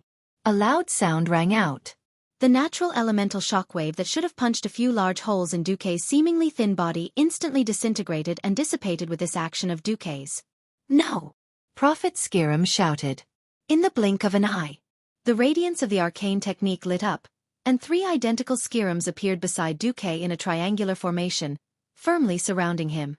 The 3 Skirims, whose upper bodies resembled lobsters, had fanatical expressions on their faces as they raised their claws in unison and shouted, "Go to hell!" The purple radiance of Magic Burst immediately lit up on the main body and the 2 doppelgangers. Xueqi laughed shamelessly. Sure enough, monsters are monsters? Or is it that those who aren't in human form have lower intelligence?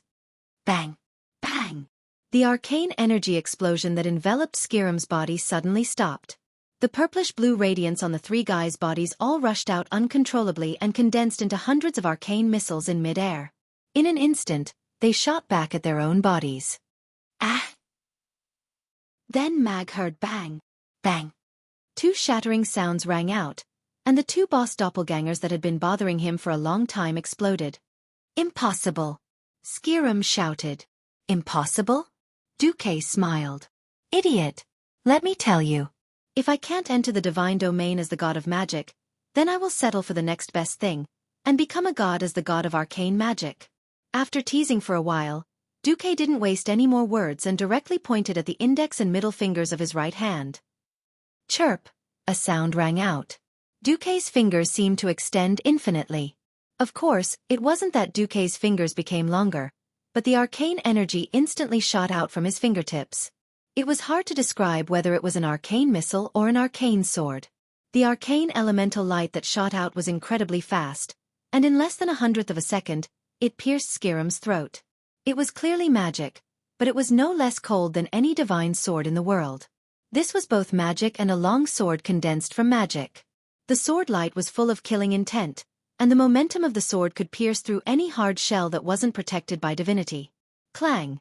At the moment when Xueqi's long arcane sword pierced Skirim's throat, Skirim, who was a general under sea, Thun, finally reacted at the critical moment. The huge red pauldrons, no, it should be a part of its body, the hard shell on the left and right shoulders, suddenly closed. The solid shell locked the incoming sword edge, so that the long arcane sword couldn't move an inch. Ha! Xueqi's 2 fingers bent slightly, and then poked out again. Obviously, Xueqi didn't reveal any emotion, but Magni, who was next to him, had a completely different feeling. He seemed to hear the sound of a sword resounding through the world, and a terrifying killing intent surged. The pure arcane energy burst out like a flood. Xueqi's calmness formed a sharp contrast with Skirim's and Magni's nervousness. Clang! The long sword that seemed to have been locked a moment ago became 2 sharper arcane daggers in the next instant. This time, the hard shell couldn't stop it anymore, and the 2 more agile energy daggers pierced through with unparalleled force. There was no time to dodge, let alone block. There was only a PU sound, and the 2 daggers pierced Skirim's throat in an instant. There were no more 50% and 25% clones left. The arcane energy that rushed into Prophet Skirim's body destroyed it like lightning, and sucked away all of its life force in one breath. Skiram's huge body, which weighed several tons, collapsed with a loud bang. Magni was dumbfounded. Xueqi. That's it? Xueqi's eyes rolled back. How long do you want to fight? I'm a demigod now after all. To deal with a leader-level creature that doesn't even have divinity, do I have to fight for a day and a night before I barely win? Are all demigods so awesome? Alright, I'll become a demigod too.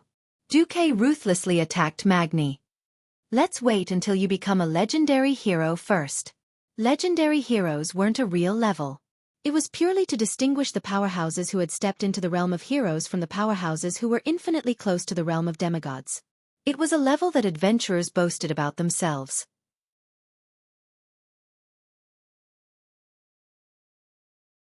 Chapter 13:13. But the rank of legendary heroes seemed to be solidifying recently. It couldn't be helped. According to the realm of heroes, the newly promoted Valilla, Brawl, and the earlier batch of Riadaline and Lilith were all heroes. But the difference in strength between them and the oldest batch of heroes was too great. Not to mention Tyrion Ford Ring, the most senior Empress Dowager. Even Vanessa could easily defeat Valera. After all, Vanessa's strength was honed through countless bloody battles. Compared to Valera, who could only bully mortal gladiators in the arena or beat up small monsters, it was a completely different concept. If Vanessa hadn't been so busy recently, Valilla would have chased after Vanessa every day to ask for a duel. The same thing happened to Riadaline. She was already the most powerful paladin among the Blood Elves. Even without divine equipment, Gavin Rad still relied on the more intense holy light to take down Riadaline with one hand. And in the tavern, in the comments of the upper echelons, heroes who had experienced so many battles were unknowingly promoted to the new rank of legendary heroes. Naturally, there was a new standard for legendary heroes. Only those who could take down a divine creature alone could be considered a legendary hero. Hearing Xueqi's words, Magni bared his teeth. Good. There are too many things to do now. The Iron Furnace Castle needs a powerful guardian. I'll go train after defeating Si Thun. Xueqi stretched out his hand. He had wanted to take Prophet Skiram's spoils of war and leave, but the system elf suddenly gave him a notification. The soul of this creature has been detected to be compatible with the magic net. Would you like to capture it? If captured, there is a 94% chance that it can be converted into a magic net processor after purification. What kind of benefit is this? Looking at the system notification carefully, Xueqi decisively clicked yes. He only saw Xueqi's right hand pinch the air, and then a translucent spirit of Skiram was pulled out of the body by Xueqi. Nimble fingers flew in the air, and then Skiram's soul was shredded like a butcher dismembering an ox. The extra spider legs, shoulder armor, and arms were all cut off and shattered in the void, leaving only a purple-blue soul core, which was finally taken by Xueqi's palm. The corners of Xueqi's mouth rose, and he suddenly smiled bitterly.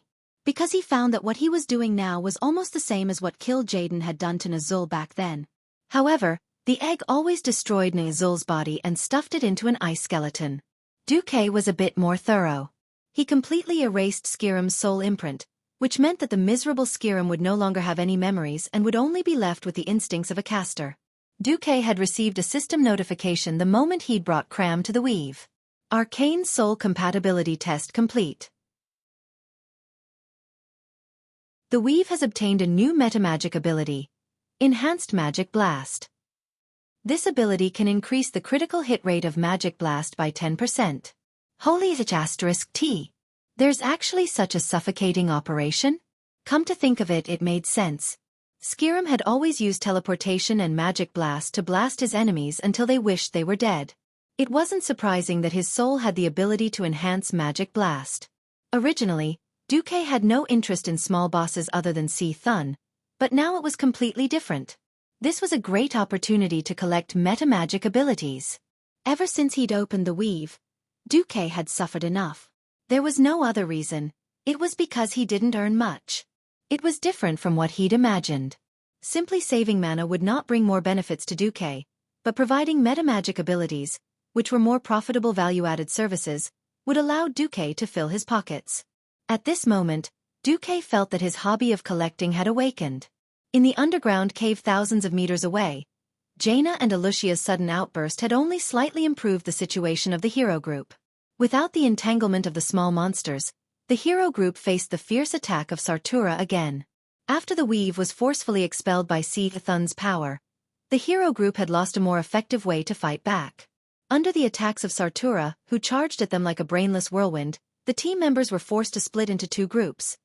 One group successfully charged into the hole in midair, while the other group had to land on the ground to face the family of three. The family of three and Sartura's combination was indeed terrifying, but it wasn't much better for them to charge into the hole, because there was another boss guarding the hole. It was the fourth boss of Kiraj, the tenacious Vencaris. It had 6 legs and a trident tail. It had bright yellow skin and red stripes, and it was a commander-tier monster with the body of a scorpion. Vencaris's fighting style was quite irritating. It would constantly summon small insects and even elite sandworms to cause trouble. And it had a strong attack that could tear apart the highest-level epic armor of this era. The most disgusting thing was its teleportation. It would occasionally teleport a team member into its nest, and they couldn't do anything but take the beating of the small insects without struggling. Of course, Vencaris's problem was child's play compared to the danger below. It wasn't just the family of three. Even the leader of the ooze monsters, Vistus, had come out. This meant that the team below had to endure the crazy attacks of 5 bosses at the same time. It was obvious that there was a commander behind the scenes directing these leaders to perfectly divide and eliminate the Alliance heroes. Damn it. Goo-ga-ga-ga. Gavin Rad was the first to suffer. When he was the first to land on his fire eagle, he was also the first to be ambushed. The leader of the ooze monsters, Vistus, suddenly jumped out from under the sand and swallowed Gavin Rad along with his fire eagle. Gavin Rad activated his invincibility almost immediately. So what? The paladin's holy shield spell only lasted for slightly more than 10 seconds. Once the time was up, Gavin Rad felt like he was drowning in the corrosive mucus. If it wasn't for the fact that his entire body was filled with holy light, and the wind sword's nature attribute slightly resisted the corrosive mucus, Gavin Rad would probably have been the first to die in this battle. The scales of victory for the Alliance were still tipping in the direction of collapse. William led his men into the cave and faced Vencaris head-on. Magni stayed on the surface, and only Bulang and Theon were left to tank the boss. Due to the need of battle tactics, Riadaline had come down wearing an armor that strengthened the holy light spell, and she couldn't change it in time. Be careful. Before Theon could finish his sentence, Sartura had already swooped down for the kill. The claws on her 2 legs stretched out. Since she didn't manage to hook the more agile Queen Sylvia, she flapped her wings and suddenly changed her target, grabbing Kalia who was beside her. She wanted to tear Kalia in half in mid-air. Just then, a teleportation door appeared out of nowhere in the air behind her.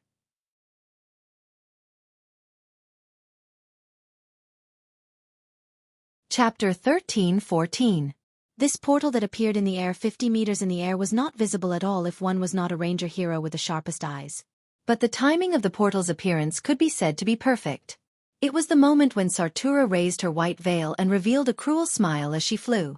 Suddenly, Sartura's smile froze on her face. The portal that appeared out of nowhere seemed to have been forcibly torn open by the fingers of countless pure white mage hands. In the purple-blue rift, a golden spiral sword suddenly stabbed out. It was the golden light that seemed like the birth of all things. It was the light of the first glimmer of dawn. It represented hope and the banishment of evil darkness. It was impossible to avoid. Sartura, who was flying at high speed, could not avoid it at all. Ah! Accompanied by a scream, even if she twisted her body at the last moment, at least 2 of Sartura's cicada wings were cut off by the golden sword. She still wanted to pull Kalia away, but after cutting off her wings, the spiral sword's momentum suddenly changed, drawing a beautiful arc in the air. If she did not let go of her claws, her legs would not be able to move. In the choice of tearing apart an insignificant human or saving her legs, Sartura was decisively terrified. She did not even have time to increase her strength to hurt Kalia, and directly let go of her claws. Kalia screamed, and a second later, she fell into an incomparably warm and familiar embrace. Ah, Duque, is that you? Is it really you? Once again narrowly escaping death, looking at Duque's familiar yet somewhat unfamiliar face, Kalia's tears easily broke the dam. She stroked Duque's face, completely unable to control herself, and began to cry. Duque gently carried Kalia in a princess hug. It was only at this moment that the spatial rift behind him turned into countless drifting fragments, and finally turned into nothingness. Looking at the battered and exhausted battle situation, in the depths of Duque's dark eyes, there seemed to be a dazzling golden flame burning.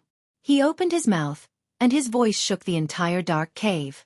It's the twin emperors, right? Not a bad plan. Almost caused irreparable damage to the alliance. And almost hurt my lover. But since I'm here, then this farce should end. Get out here. Otherwise, I'll kill my way to see Thun. The buzzing in the air was a display of power, a change in the laws. The weave, which had been rejected outside the temple, once again began to crack like glass in the air. Duque showed everyone the gap between mortals and god domain experts. The first thing that entered Duque's line of sight was the sludge monster boss, Vistus, who had swallowed Gavin Rad. Gavin Rad was desperately swimming inside the ooze monster's body. Oh, it should be called struggling. Even if Gavin Rad had the strength and time to swim in there for a year, he wouldn't be able to swim out. The green mucus would surge in the opposite direction, pushing the victim back to the center. Unfortunately, Vistus was a rare monster that was immune to both soft and hard tactics. Because the ooze monster didn't have a fixed body, it couldn't take physical attacks. In essence, it wasn't an undead. What was even more ridiculous was that it couldn't even be considered an evil creature. Holy light was useless against it. In addition, it was of the nature attribute. Even the wind sword was ineffective against it. The bitter Gavin Rad was suppressed to death by it. Gavin Rad, who had experienced many battles, really wanted to kneel. Seeing Gavin Rad struggling like a nailed frog, Duque forcefully connected to Gavin Rad through the weave and communicated with him through telepathic thoughts that could transmit thousands of messages per second. Boss! Help! Gavin Rad was definitely in tears and snot. What? You can still hold on? Then I'll save the others first. Duque was up to no good and deliberately played dumb. Boss, you can't play me like this. I've been your guard for so long. Even if I don't have any credit, I've worked hard. Back then, you were flirting with girls in the room, and I was sitting outside, drinking and drinking. Gavin Rad's voice was already shocking to the point of tears. All right, I won't tease you anymore. Thank you for saving my life, boss. To outsiders, the telepathic thoughts communication happened in less than 1/100th of a second. Everyone only saw Duque holding Kalia in midair and attacking. Hundreds of snow-white threads of light shot out from every finger of his free left hand. At first, they were just threads, but in the blink of an eye, they turned into the sharpest frost arrows, pouring down on Vistus' body like a torrential rain. That's right, this sludge monster leader's biggest weakness was frost. It could not be dealt with by a simple blizzard spell, but a large number of frost arrows. Only the frost arrows could easily freeze the well-hidden small cores in the sludge monster's body. If this were a game, they would have to form a large group of mage players and use a large number of frost arrows to kill this thing. Since Duque, who was a demigod and a mage demigod, was here, the other mages had nothing to do. Whoosh whoosh whoosh. Suddenly, a flurry of frost arrows shot out like a snowstorm, and everyone only saw Vistus instantly freeze. The originally disgusting soft body turned into a large pile of green ice that looked like poop. In the next second, the iceberg that affected the appearance of the city cracked open with a kacha. Wah! Gavin Rad, am back. On his forehead, Gavin Rad, who had the color of a grassland, waved his wind sword, like a god of war who had returned from a latrine pit, bursting out of the iceberg in anger. Sally Whitemane burst out laughing. Don't blame others for looking down on him. In fact, his dignified appearance also affected the city's appearance, and it emitted an unpleasant stench. At the same time, Duque attacked again. This time, Duque directly drew on the magic power in the magic net and used the frost element to instantly create a large iceberg, forcibly separating the family of three. When Duque turned around again, Vistus happened to explode. It was like some mischievous little brat throwing 250 kilograms of firecrackers into a latrine pit and then exploding them to his heart's content. Bang! That was awesome! Many girls were already far enough away, but now they were even more respectful. However, after witnessing the changes that happened to Vistus after he exploded, they still felt like vomiting. The huge ooze monster boss suddenly turned into 20 piles. System notification. Vistus cells are proliferating wildly. If more than 1/3 of the cells are not destroyed in a single division, Vistus will be revived with full health. Xueqi raised his eyebrows. 1/3? In the next second, in the system annotation, the words, divine creature, almost blinded Xueqi's titanium dog eyes. F***CK. Cursing in his heart, Xueqi directly attacked. You're tuning in to the Xueqi's Martial Arts Saga YouTube channel. Don't forget to subscribe and join us on this journey to catch the most captivating stories.